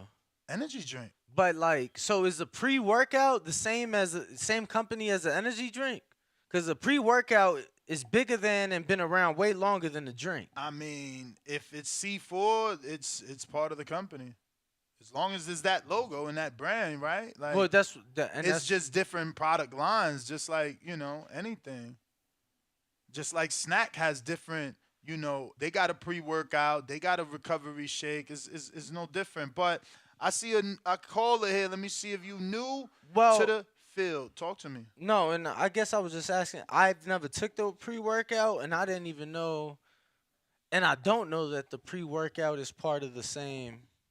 You know what I'm saying? Like, it was part of the same business. Only reason I'm asking you is because the pre-workout doesn't sponsor any boxers, but the drink does. Yeah. So, I mean, I don't know. What is it? Khaled, what's up? Let me check, though. I'm going to Google it for you. Khaled, you there? What up, bro? Hey, yeah. Hey, yo, quick question, bro. Because I feel like y'all might have said this on like an interview or something about Virgil Ortiz, how he said he wasn't ready for Bud Crawford, or how he said he wasn't ready for. Yeah. So, do you think that Golden Boy would even put him in there with Virgil Ortiz right now. I mean, I could see him doing a Rocha fight, but I mean, maybe it's I just mean, you got to a remember two-fight when deal. Virgil didn't want the fight, he was also with Robert. That's a long time ago. You know what I'm saying? So now, after the Stanionis fight, his promoters get to see him and how he looked in that fight. Maybe they feel he's ready after the Crawford Rocha fight. It's still no given, though. I'll give you that. There's no guarantee. He could not look as good as they want him to in the Stanionis fight, and they don't do the, they push harder. The question still, I mean, the answer still is that Crawford needs representation. So whether Golden Boy could give him Virgil, let's say Virgil's like, nah, fuck that, I don't want Crawford. Then they just focus all their attention on making a Spence fight. Yeah, I'm with that. Yeah, I like that. I mean, I think it looks like it's the deal, same, Danny. I hear you. I can see the 3-fight deal going. If that's the move, but like, I know we all tired of it, but I still want the Earl. I haven't given up yet, so I hope it's just a 2-fighter. But either way, like you said, it sounds like Bud needs somebody to represent him and speak for him. So hopefully they can execute that and get that done. But look though, y'all go back and forth with it a little bit. Y'all say well, I'm not gonna say y'all, but I've heard various things. Does Golden Boy take care of the black fighter? Does he not take care of the black fighter? Man, it's difficult. Nah, that ain't racist. That's a genuine question, and it's difficult, right? Like, they put Wilder kind of in position. Golden Boy definitely did their thing with Floyd, but some would argue that Al was always involved there. But if you think about Golden Boy, if you think about Floyd's biggest fights, he was with Golden Boy. He ain't branch off from Golden Boy till he got to deal with Showtime, and obviously then he made the Canelo fight over there. But that's fair. They had Latif Coyote. They ain't get him to a world title, but that's because he tested positive. They put him in there with Antonio Tarver. Who else they had? Wasn't Devin Alexander with them? They made him a 2-time champion. So to be clear, what you got? And some people don't care about shit like this. Sometimes people think I'm just trying to argue, but the reason I was asking about the C4 was because obviously a lot of people know them for their pre-workout. That's what they're most known for. And the reason I'm asking is because, like, you know what I'm saying? I know fighters that is sponsored by a pre-workout company, for example, like Snack, but they still are able to be sponsored by C4, the energy drink, because it's technically a different market, the pre-workout and the energy drink. So it looks like it's going to be the energy drink that's going to be sponsoring this, which is good. They're making a push in boxing. So they've only had one boxer sign before this. I'm just curious as to why they taking so long to get a card going. That's what don't really make that much sense. Like, why are we going to be waiting almost a year to watch your first card? What are your thoughts? Why do you think they're taking that long? Who? The overtime people. What you mean? It says August. It's 6 months from now. All right, that's not long. August of this year, 2023. You think that's long for a brand new company, champ? I mean, yeah. I think that's extremely fast, honestly. When I seen August, I was like, oh, wow. Yeah, I mean. We're almost in August. It's fucking February. This shit is wrapped up. We going to be in May, we're going to be in London. This shit is going to go quick. August will be here in a heartbeat. Yeah, I mean, I don't know. It just and remember, like August is right before September, the Cinco de Mayo. Canelo dates. Like, nah, it's perfect. It's perfect. You thought it was taking long. I thought honestly, I thought that shit was like, boom. No, August I mean, around the corner. It's like you got the back and you got the facility. Bro, it's like, fuck, we waiting 6 months on. I mean, you got to get the fighters now. You got to build the stables. It's a series, too. I mean, I don't know. I don't know. I hear you, though, champ. Damn, you wanted it quicker than that. You got to promote. No, I hear you. Yeah. Yeah, nah. I mean, I guess if you trying to, make a series out of it, you're going to need a stable for sure. Yeah, Yeah, you're gonna have to get fighters, man, and you know how it is, man. These motherfuckers, boxing is so territorial. It's like, are they gonna be able to get enough fighters for this shit?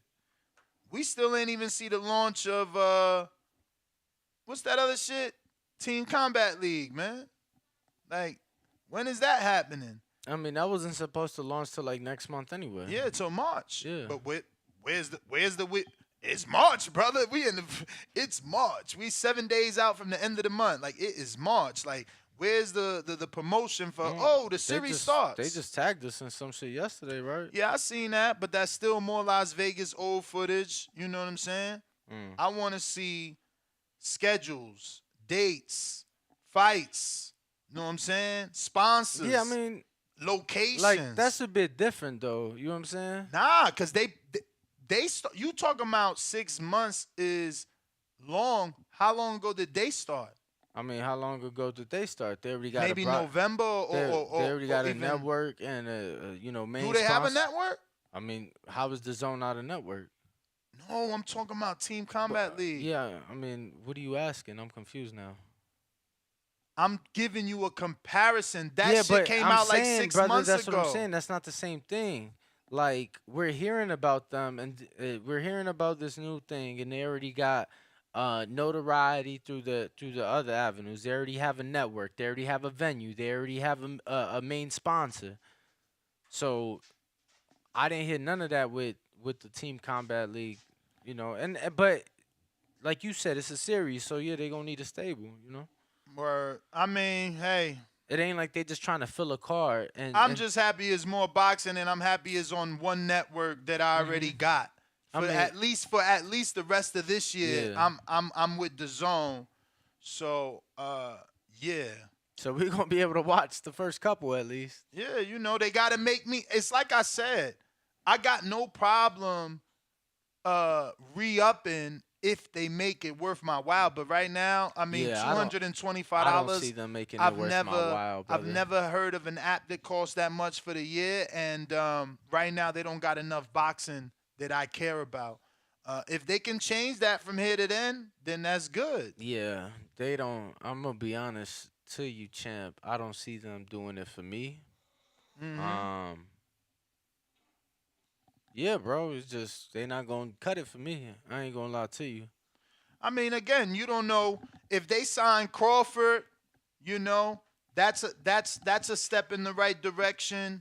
They already put Berlanga there. They got to make fights that are appealing and interesting to me in order to keep it. And I don't really know, what's there with Berlanga. The problem is for me is that, I am paying $30 a month for Hulu, Disney, ESPN, Showtime, and Stars. Wow, what kind of bundle is that? I got the Hulu, the 3-pack, and then I added Showtime and Stars. For $5 each? I mean, it's the bundle's like $15, and then one's like $7, the other one's like $8 and $9. It might be $32 a month, right? Okay. So what I'm saying is I get all of that for that price. Dazn gives me nowhere near. You get what I'm saying? Even if you want to talk about the sports, they don't give me nowhere near what the fuck I'm getting with Showtime, with ESPN. Like, it's gonna be hard. It's gonna be hard, especially when the rest of the world gets the entire NFL, MLB, Live Golf. Like, they get all that shit for one price. Yeah, that's what I'm saying. They gotta do more for me. They gotta do more for me in order to keep me, especially since they raising the price. But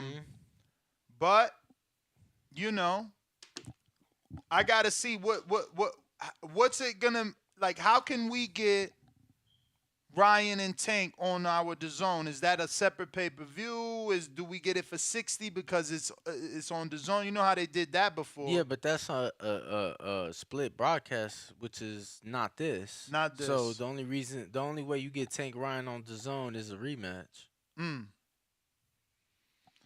Yeah, it's tough for them. They gonna have to do something for sure, man. They gonna have to do something for sure. Now let me ask you, in a hypothetical world, if you even have the option,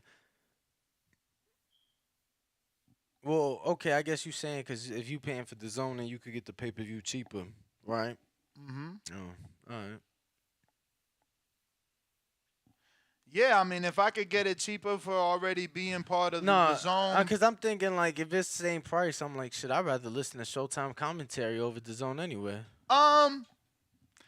You know, it's hard for me to say, man. I don't mind Sergio Mora. I feel like he tells the truth, and so does the dude. What's my man name? It's not that I'm disrespecting him, forgetting Mannix. I think Mannix keeps it real. He ain't no house dude and none of that. Like he ain't like trying to big up the zone. Like he be keeping it real. I don't know. I don't think I mind him. Do I prefer Bernstein and Farhood and Mauro Ronaldo and Abner? I don't really know that I prefer them. I'm kind of tired and over Steve Farhood's scorecard. I feel like, and this ain't no disrespect, but I feel like he should be getting better with scoring, and instead he's getting worse. Sometimes we on par with each other, but I don't know. I feel like he be far off, and I don't know. I feel like Morrow tries too hard. He always trying to say some hip shit. You know, he's like, oh yeah, Bernstein, you're gonna go do the 1-2 step like Sierra. Like, man, I don't nobody want to hear that shit. And I guess he's trying, and I should want someone who is trying rather than someone that's not. But I don't know, man. I don't know. You know, yesterday someone called me like, yo, why you don't get Jim Lampley on the show? I'm like, because I don't care. Like, that's, you know, he was another exaggerator. Bang, bang, bang. It's like, stop lying, man. You know, I just want the real, man. And I think Mannix gives me the real. I'm gonna be honest with you. I think I stopped listening to the zone commentary when they had somebody. I don't even. He may not. I don't even think he's with them anymore. Is Brian Kenny still with them? Oh wow, I don't remember the last time he was with him. Yeah, Brian Kenny was so. Damn, he said easily the worst commentator. I don't know what y'all dislike about Mannix. I feel like he keeps it real. Yeah, I stopped listening His a long time scorecard is ago. real. I'm gonna be honest. I wasn't a fan of him when he started with the zone, but Brian Kenny to me, bro, that dude. I mean, I think everybody's caught up in that moment he had with Floyd. No. Like, when's the last time he actually was good? He don't even be knowing boxing. He get on there with these boxing commentators, and he be like the color dude doing what whatever my man from Canada's name is. You know, he don't really know his shit. No, Morrow's like way better than him. It's like levels above. All right, then. Well, there you go. Yeah. So why would you want Kenny if he ain't even as good as Morrow? Exactly. That's why I would pick Showtime over the DAZN commentary. But that's what I'm saying. I don't even know that Kenny's still with DAZN. It's been so long. Not. I don't think he is. But yeah, I was never a fan. And you gotta understand too. Unfortunately, I watch other sports, so I've had to hear his goddamn awful commentary for so many fucking years calling baseball. You know what I'm saying? I don't know. I don't do none of that. Yeah. So it is what it is, bro. But I ain't doing none of that other shit. If it ain't book sale, I don't know about it. Damn, what's up with this? We got any callers? What? What's up with this? Is this heavyweight still working for real? Let me see if we got on Discord. That's a no. We got on LV. What up? TBV, fellas, how it sound? Chilling. I'm good. Yo, Isaac Cruz, Good, bro. good. These YouTubers need to do videos on Isaac Cruz. He got to be easily the most protected fighter known to man. Like, I've never seen a fighter get protected after he's suffered losses like this guy. Bro, I just watched a Sean. I'm sorry, LV. Let me just get this. I watched like 3 Gibbons interviews, bro. He's smoking some fire. He must have got that work from Hardin. Bruh, he's sitting around. He gonna really make Isaac wait till Devin moves up and vacates so that Isaac could get a shot at Gustavo Lemon for the IBF vacant. Or check him out in some weird I was about to say meth high, but I ain't gonna say that. But Yeah, this because I'm texting him right now. Don't say that.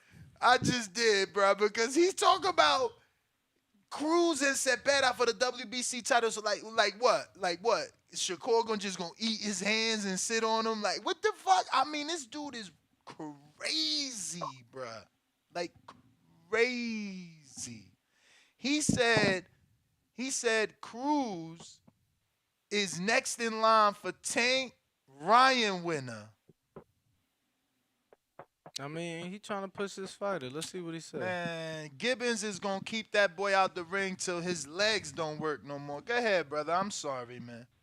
That is just horrible, man. They already turned down the Shakur fight, the Regis fight. Like, man, these dudes out here, man, this shit is terrible, Ryan, man. right? Didn't they turn down Ryan? Terrible, man. It's terrible. It's terrible what they doing to that dude, man. It's terrible, man. Yo, and I thought it was the father, but yo, Gibbons, hilarious, man. Go ahead, LV. Apologies again. Y'all hear me? I'm good. You good, man. Yeah, man. I just wanted to hit on the Crawford thing, man. Like, you know, he had a stage in his career. You know what I mean? I wouldn't sign with Golden Boy. You know, we all seen how they handle their African American fighters over there. And like I said, being where the stage his career, 3 division champion, former undisputed. No way I signed that Golden Boy. You know, maybe for a 1-fight deal similar to what he just did with Black Prime. You know, to get that raw. I think Roach is about to be his next Mando, so maybe just for a 1-fight deal to get the Rocha fight out the way. But looking at Golden Boy's past, no way I signed over there, especially at this stage in my career.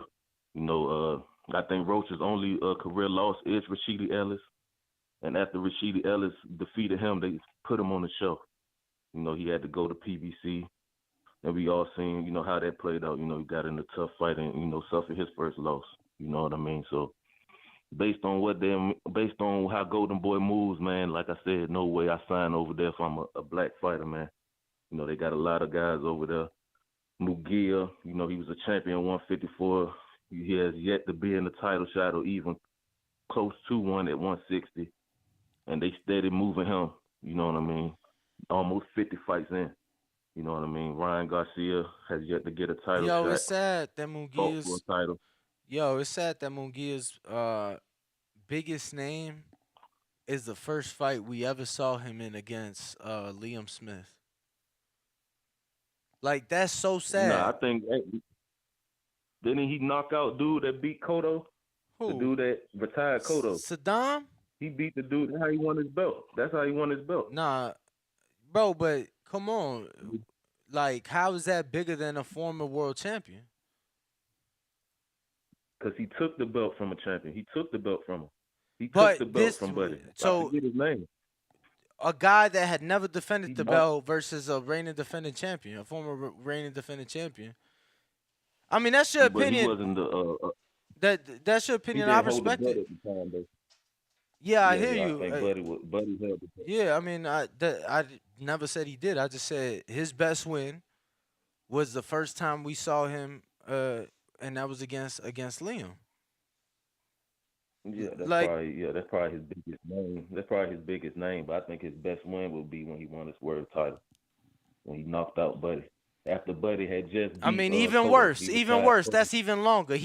That's even longer. You just helping me because that motherfucker ain't did shit since. Yeah, exactly. That's my point. Like I said, they moving him like how they moving. You know what I'm saying? It's all there. Like Ryan, they moving him how they moving him. Virgil, I believe Virgil probably the only one that's been moved to closer. But I mean, he was a Mando for Terence Crawford, and they didn't even try to pursue the fight. And not just So that. I mean, they pick and choose how they. And not how just. they. I Go was ahead. no, I was gonna say not just that, but it's like they don't promote him. They don't promote him. Nah, that's what I said. If I'm, like I said, man, I wouldn't sign with Golden Boy if I'm a black fighter. They got an agenda over there, and I don't think black fighters is involved, man. I mean, hopefully they do better, but based off their history, there's no way I'm signing. What history is that? But like I said, with how they move their African American fighters. Which ones did you It's not how they like? move. Which ones did you not like? I just gave you an example. I was Rashidi away. Ellis. I was away. No, you said You was Rashidi. away. Oh yeah, Rashidi Ellis. I mean, After he don't. beating He Rocha, he's not a he's they not a put him draw on the though. shelf. He's not really a draw, right? Like Rashidi's never sold tickets in any hometown event, so it's not the easiest. It's not the easiest investment, right, to make. Is Rocha a draw? I mean, he sells more tickets, obviously, than Rashidi Ellis. That's why they've used him more times than Rashidi Ellis, right? Like, they don't just put you on undercards if you ain't selling, right? Didn't Rashidi Ellis beat him, though? Isn't that his only loss? Yeah, absolutely. So what are you saying, that because you lose, you don't sell tickets? I'm lost. No, I'm saying once you get a win like that, you ought to be moved correctly. You know, he should have been in another tough fight. They put him on the shelf. You mean They put him on the Rashidi? shelf You mean after that. Rashidi should have been moved correctly? Exactly. That's what my point. Well, That's my point exactly. didn't we reveal on this show that it wasn't Golden Boy doing a bad job, that it was instead Rashidi and his trainer manager that turned down the fight with Virgil and said that it was not enough money? Yeah, or are you choosing to be selective in your memory so that you could call someone names and say they can't promote people? Yeah, I'm telling you now. That's what I'm saying. Well, How about the Blair I'm Cobb informing you. How about Blair Cobb when he only had 2 weeks to fight Rocha? When he was only notified 2 weeks out to fight Rocha. Rocha was Do notified you know that Blair Cobbs is in a co-promotion, but when he was with Golden Boy, he was never promoted solely by Golden Boy. He was also with Prince Ranch. Did you know that? No, I ain't know that. Okay. Yeah, well, So let me ask you something. If you feel that Oscar gets in the way, we both can't talk, brother. We both can't talk. You ask me about Blair, I'm trying to fucking answer you. Or do you not want an answer? You want to move on? I'm saying, go ahead. Nah, fuck it. Fuck Blair. Like you didn't want to hear the answer on Blair. What was the next subject? I mean, I forgot. Like I said, you just did a lot of rapping. I don't forgot what you was talking about. How you forgot? You was talking over me. You specifically said to me, "What about fucking Blair?" What I was gonna say, Wilder. What did they do with Wilder? They didn't put him in position. What did they do with the Charlo? What did they do with the Charlo, bro? Did you look at when Canelo was over Did you look at Jermel's resume when he was with Golden Boy? And did you know there was only Jermel, not Charlo, Jamal that was signed to Golden Boy? I know Jermel. Okay. Yeah, I know. Yeah. So did you see all the fights that they gave him? Oh, he must won a world title. He must won a world title over there. I mean, did he win a world title with Golden Boy? How could you win a world title if you weren't ready for a world title? I know. Look at the level of opposition. I'm saying, why did he leave? Why did he leave then? He didn't leave because it was a Golden Boy can't promote me thing. He left because Shelly Finkel was his manager and Al Heyman was his advisor, and they went from HBO to Showtime. You just don't know about boxing. What fighters? No, I'm saying, what fighters do they have over there that they're moving in? Can you name me any? I mean, you name me. Floyd Austin? Other than Kid Austin? No. What about Floyd Mayweather? Some of his biggest fights are Golden Boy fights. That's why they own the rights to them. That's why if you go on Dazn, you can watch them. Yeah, I wasn't even watching standing boxing, right? I wasn't hardcore. All I knew was Floyd, so okay. I don't know nothing so about you that. All you knew was Floyd, but you didn't know that he was a Golden Boy fighter? I know his biggest fights was with PBC. All his highest paydays was with PBC. I know that. Oh, okay.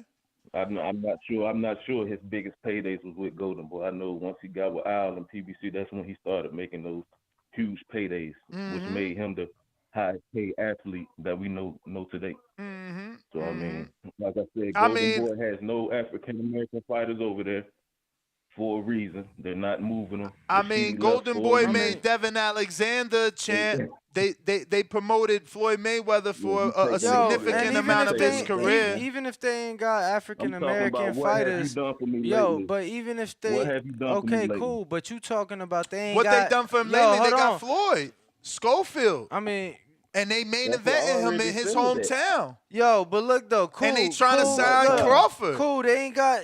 Look, who's this? LV. Now, if I'm Crawford, I LV. wouldn't do it. LV. Yeah. They ain't got no African American fighters. You said that they moving in your opinion, right? Nah. What they got? None that I know. What they got? What would you say predominantly they got? Latino. Okay, You know ain't what that I'm the saying? fucking green The print? ones You they put a put black fighter in front of a Latino fighter, and now you get money. They ain't got to develop Crawford. Crawford is already a built-up fighter, a built-up name. I'm sorry, but he could beat King Kong, and his name probably won't be too much bigger than what it is today. And I don't mean that disrespectfully. So if we just seen Oscar make a bigger fight than Earl Bud happen, you know what I'm saying? I'm not putting it past him that he can't do for Bud. Because it's like he ain't got to do traditionally.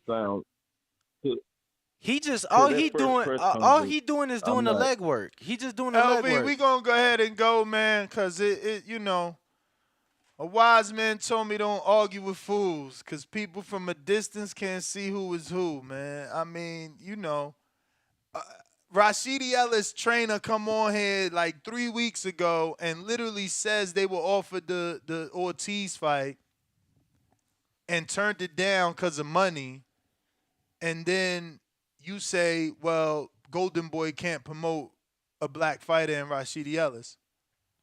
So if they offered him the fight and he turned it down, what they supposed to do?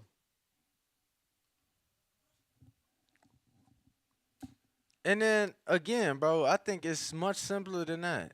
You talking about a guy who's not a name versus a guy who's pound for pound, who's a ticket seller, who has been on pay-per-view, who is a name, who is a multiple division world champion. So it's like your work, in a sense, to get that fighter out is less. He's already out there. You know what I'm saying? All you gotta do is feed him the Mexicans you got.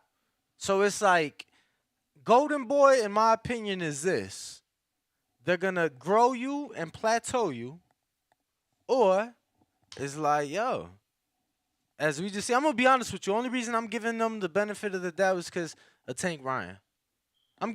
Me too. That's the biggest fight in the fucking sport to be made. And they made it. So they made it. So you got to give them credit. As the B-side. So it's like, and got the TV rights for the rematch, which we don't see, and historically does not happen. So it's like, I can't say he can't make a big fight happen for a guy when he just made one happen that's bigger than. But I'm gonna go to they fighters and just see what black fighters they got. Cause last I seen, they gave Big Meech an opportunity, right? He black, or is he not black enough? I ain't gonna lie, yeah. Demetrius Ballard. Yeah, but that was like a gross mismatch. That was a gross mismatch. And that's Golden Boy's fault. Did you fight at 68 and you can't at 60 and you couldn't beat Jaime? We gave you an opportunity versus one of our stars. No, that's cool. Okay, we gonna keep that ball moving.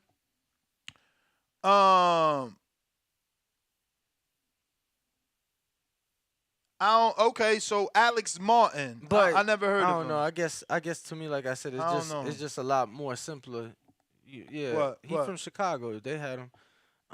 It's just much more simpler. Like, we know they not the go-to for the black fighter. Ain't nobody saying that.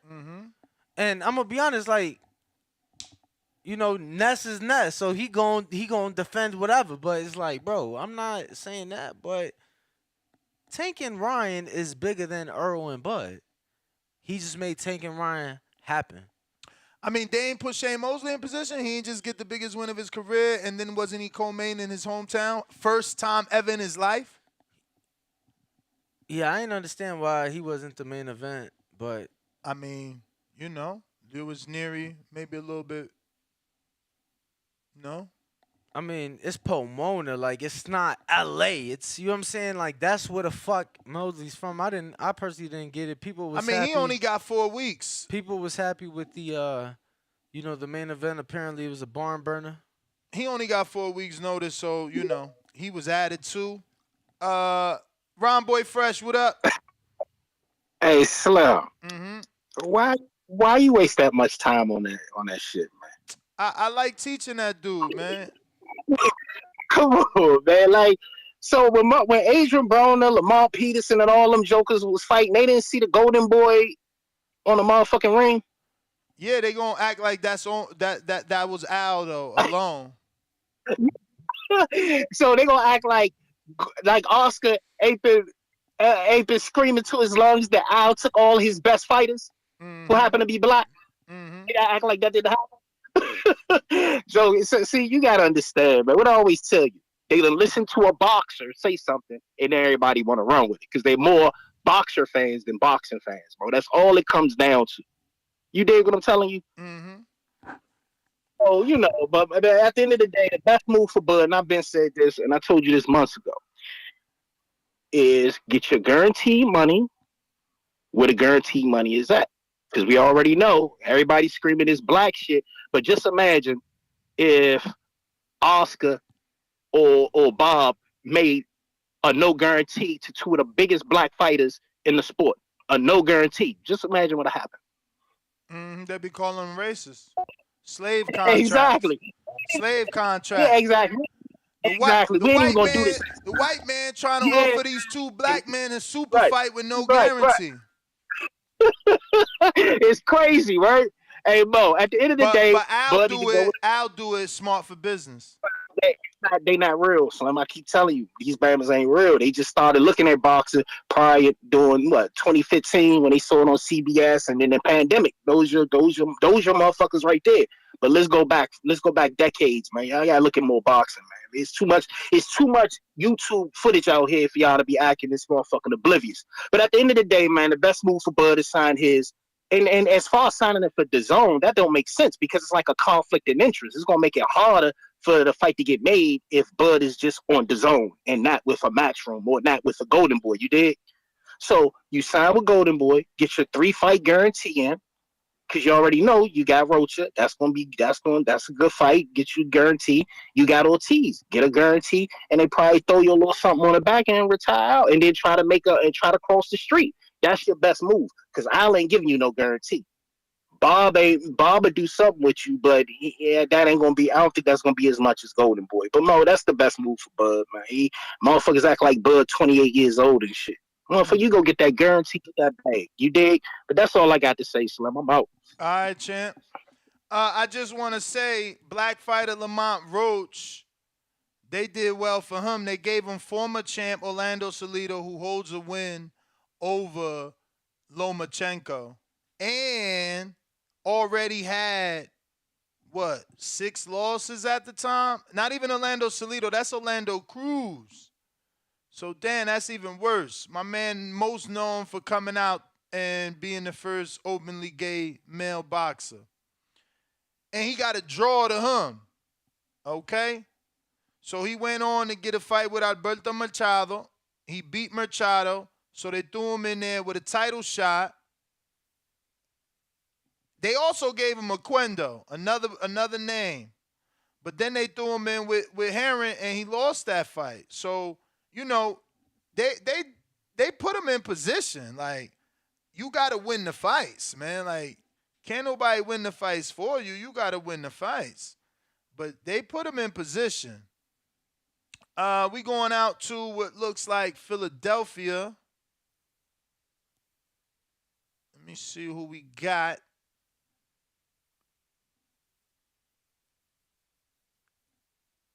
MD, what up? Talk to me.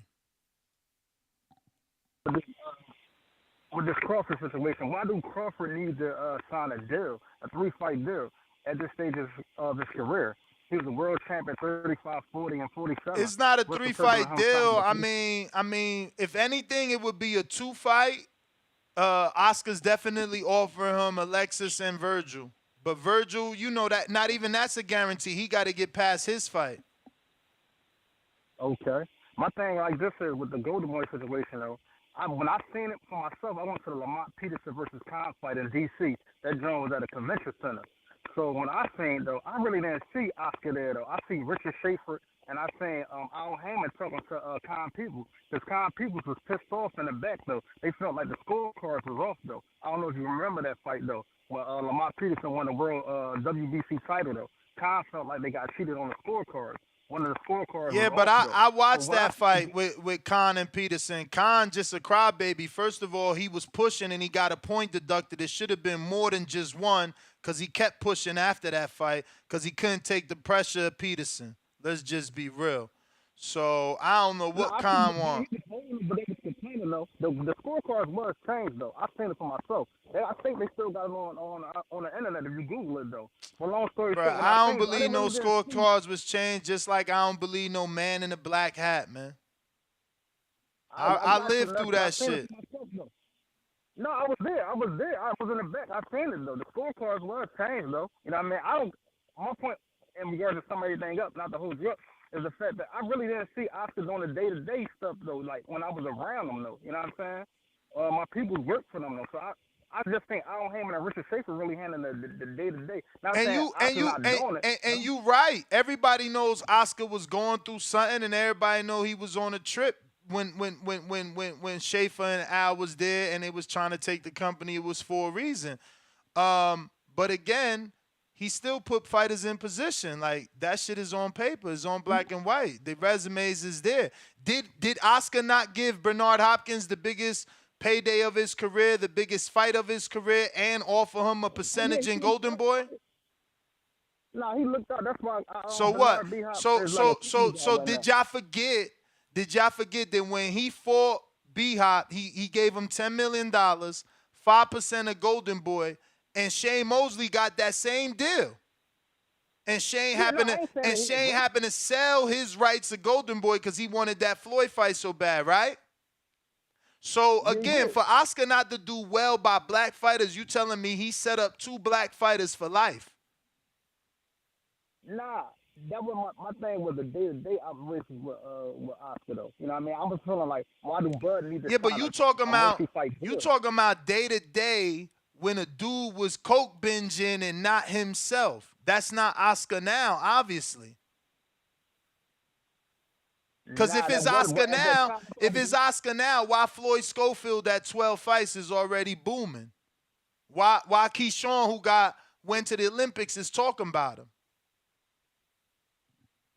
I mean, that has a lot to do with what's going on right now with social media and with y'all though. Like, and for hardcore fans sending out there in regard to sending out y'all videos to smaller platforms, like your videos be popping up on my boxing little channel that I follow on Facebook. So y'all really getting the people out there more. I'm just saying, man, you got dudes like Earl, right? That he talking about, Oscar De La Hoya talking about exposing Rashidi Ellis left because he know you don't know how to handle black fighters, right? So then he got another one. Then he got another one right here where he say, and I'm screen sharing these. He say, you don't treat black fighters well, brother. Oh, I guess Earl didn't have a meeting with Oscar. I guess Oscar didn't offer Earl the Miguel Cotto fight. I guess that shit didn't really happen. I guess Earl ain't black. I guess Cotto ain't a legend and was served up to a young Earl Spence that would have bodied him. Come on, man, we gotta stop the cat, man. I know you ready to bang out, but look, my whole thing is that's what happened when you got that coked out bench. It was easy to swipe the fighters from you because you was off though. Right now you on, but people still looking back at the past. What it say? Moving in the past though. What'd you say? I said the way he was moving when he was on that coke bench in the past, and how he lost his fighters and his stable. People still look back at that though. You know how people still hold on to the past. But my thing with Bud to sum everything up was, I think he's at this stage, being 30-something years old in his late 30s. I don't know how he still can't get a fight-by-fight deal. I'm still dumbfounded about that though. That was all I. That's all I was just I pointing mean, out. Like I I'm still mean, I dumbfounded. mean, because a fight by fight deal only work out for the fighter. Why would a network pay you a guaranteed lump sum to fight on a network one time? What sort of investment? That ain't smart investing. You gonna have to Yeah, but double your money. If you want me to do a one off, why won't I double my money? but Golden Boy not popping like that. They barely holding on to the zone right now though. So They then not don't popping like they used to sign. pop. So then don't sign. If we not popping, why would I pay you a one off? What did Black Prime get for giving Crawford a one off? Nothing. I don't think they got nothing for that though. All right then. So why would Golden Boy do it? That's not good for business. Yeah, All right. you looking at it on that end. No, you Yeah, looking I at it at the understand. fighter end. You talking about why can't he get a fight by fight? Because ain't nobody investing. My man made $6.5 million versus Porter, who wasn't a champion, bro. He did on the mandatory. Like how you want me to guarantee? So you want me to guarantee a welterweight fight of nearly $8 million on DAZN for a one-off? No way. They was giving out money like water. I know back then, Mikey, Vargas, they was giving money out like water. Though somebody like Bud, I'm surprised that he at least can't get at least from You 4 said to 6 it, million. bruh. If we could remember that Oscar was on the Coke binge, we gotta remember that DAZN was on the money spree. That shit is over. That shit is old news. You talking about old shit? They ain't doing that no more. Yeah, Eddie just bid $91,000 for an undisputed fight, bruh. Like y'all better wake up. The girls fight you keep talking about. Yeah. All right. No, I appreciate it, man. Mm-hmm. All right. Yeah, man. I don't know, man. I don't see options for Bud outside of this, unless you could go get yourself a 2-fight network deal with Showtime. You know, go over to Showtime, fight Ennis and whoever else Showtime has. You know, I don't know who that gonna be, but I like this. If not, you waiting on them to give you something, man. And why? Why wait? Why wait? I wouldn't wait, man. This on the table, take it. And Nika, what up?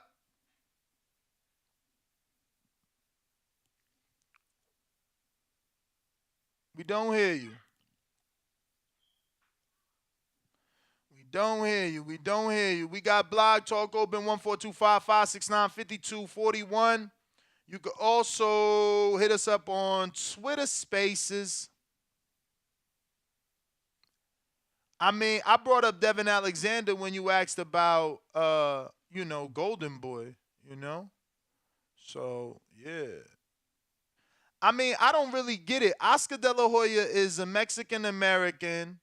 He was called the Golden Boy. I don't know why y'all want him to have a bunch of black fighters. Like, did Death Row have a Latino artist?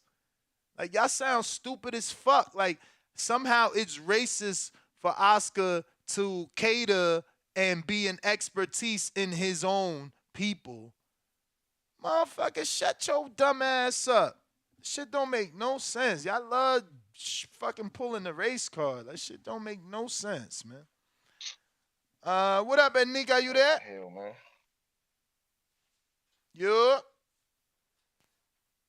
Yup. And Nika. Yup. We hear you. You hear me now? Yeah, we hear you. Oh, okay, my bad.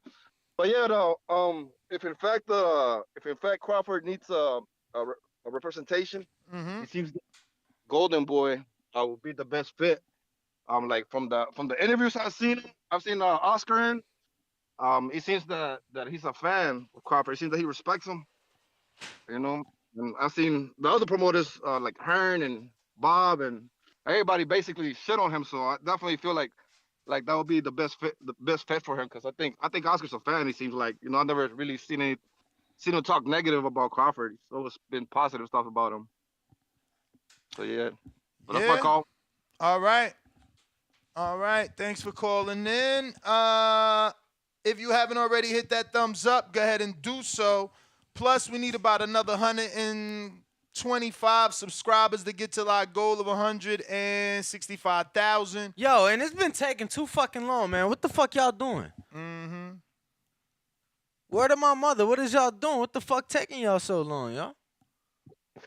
Putting in this work for what? Mm-hmm. Mm-hmm.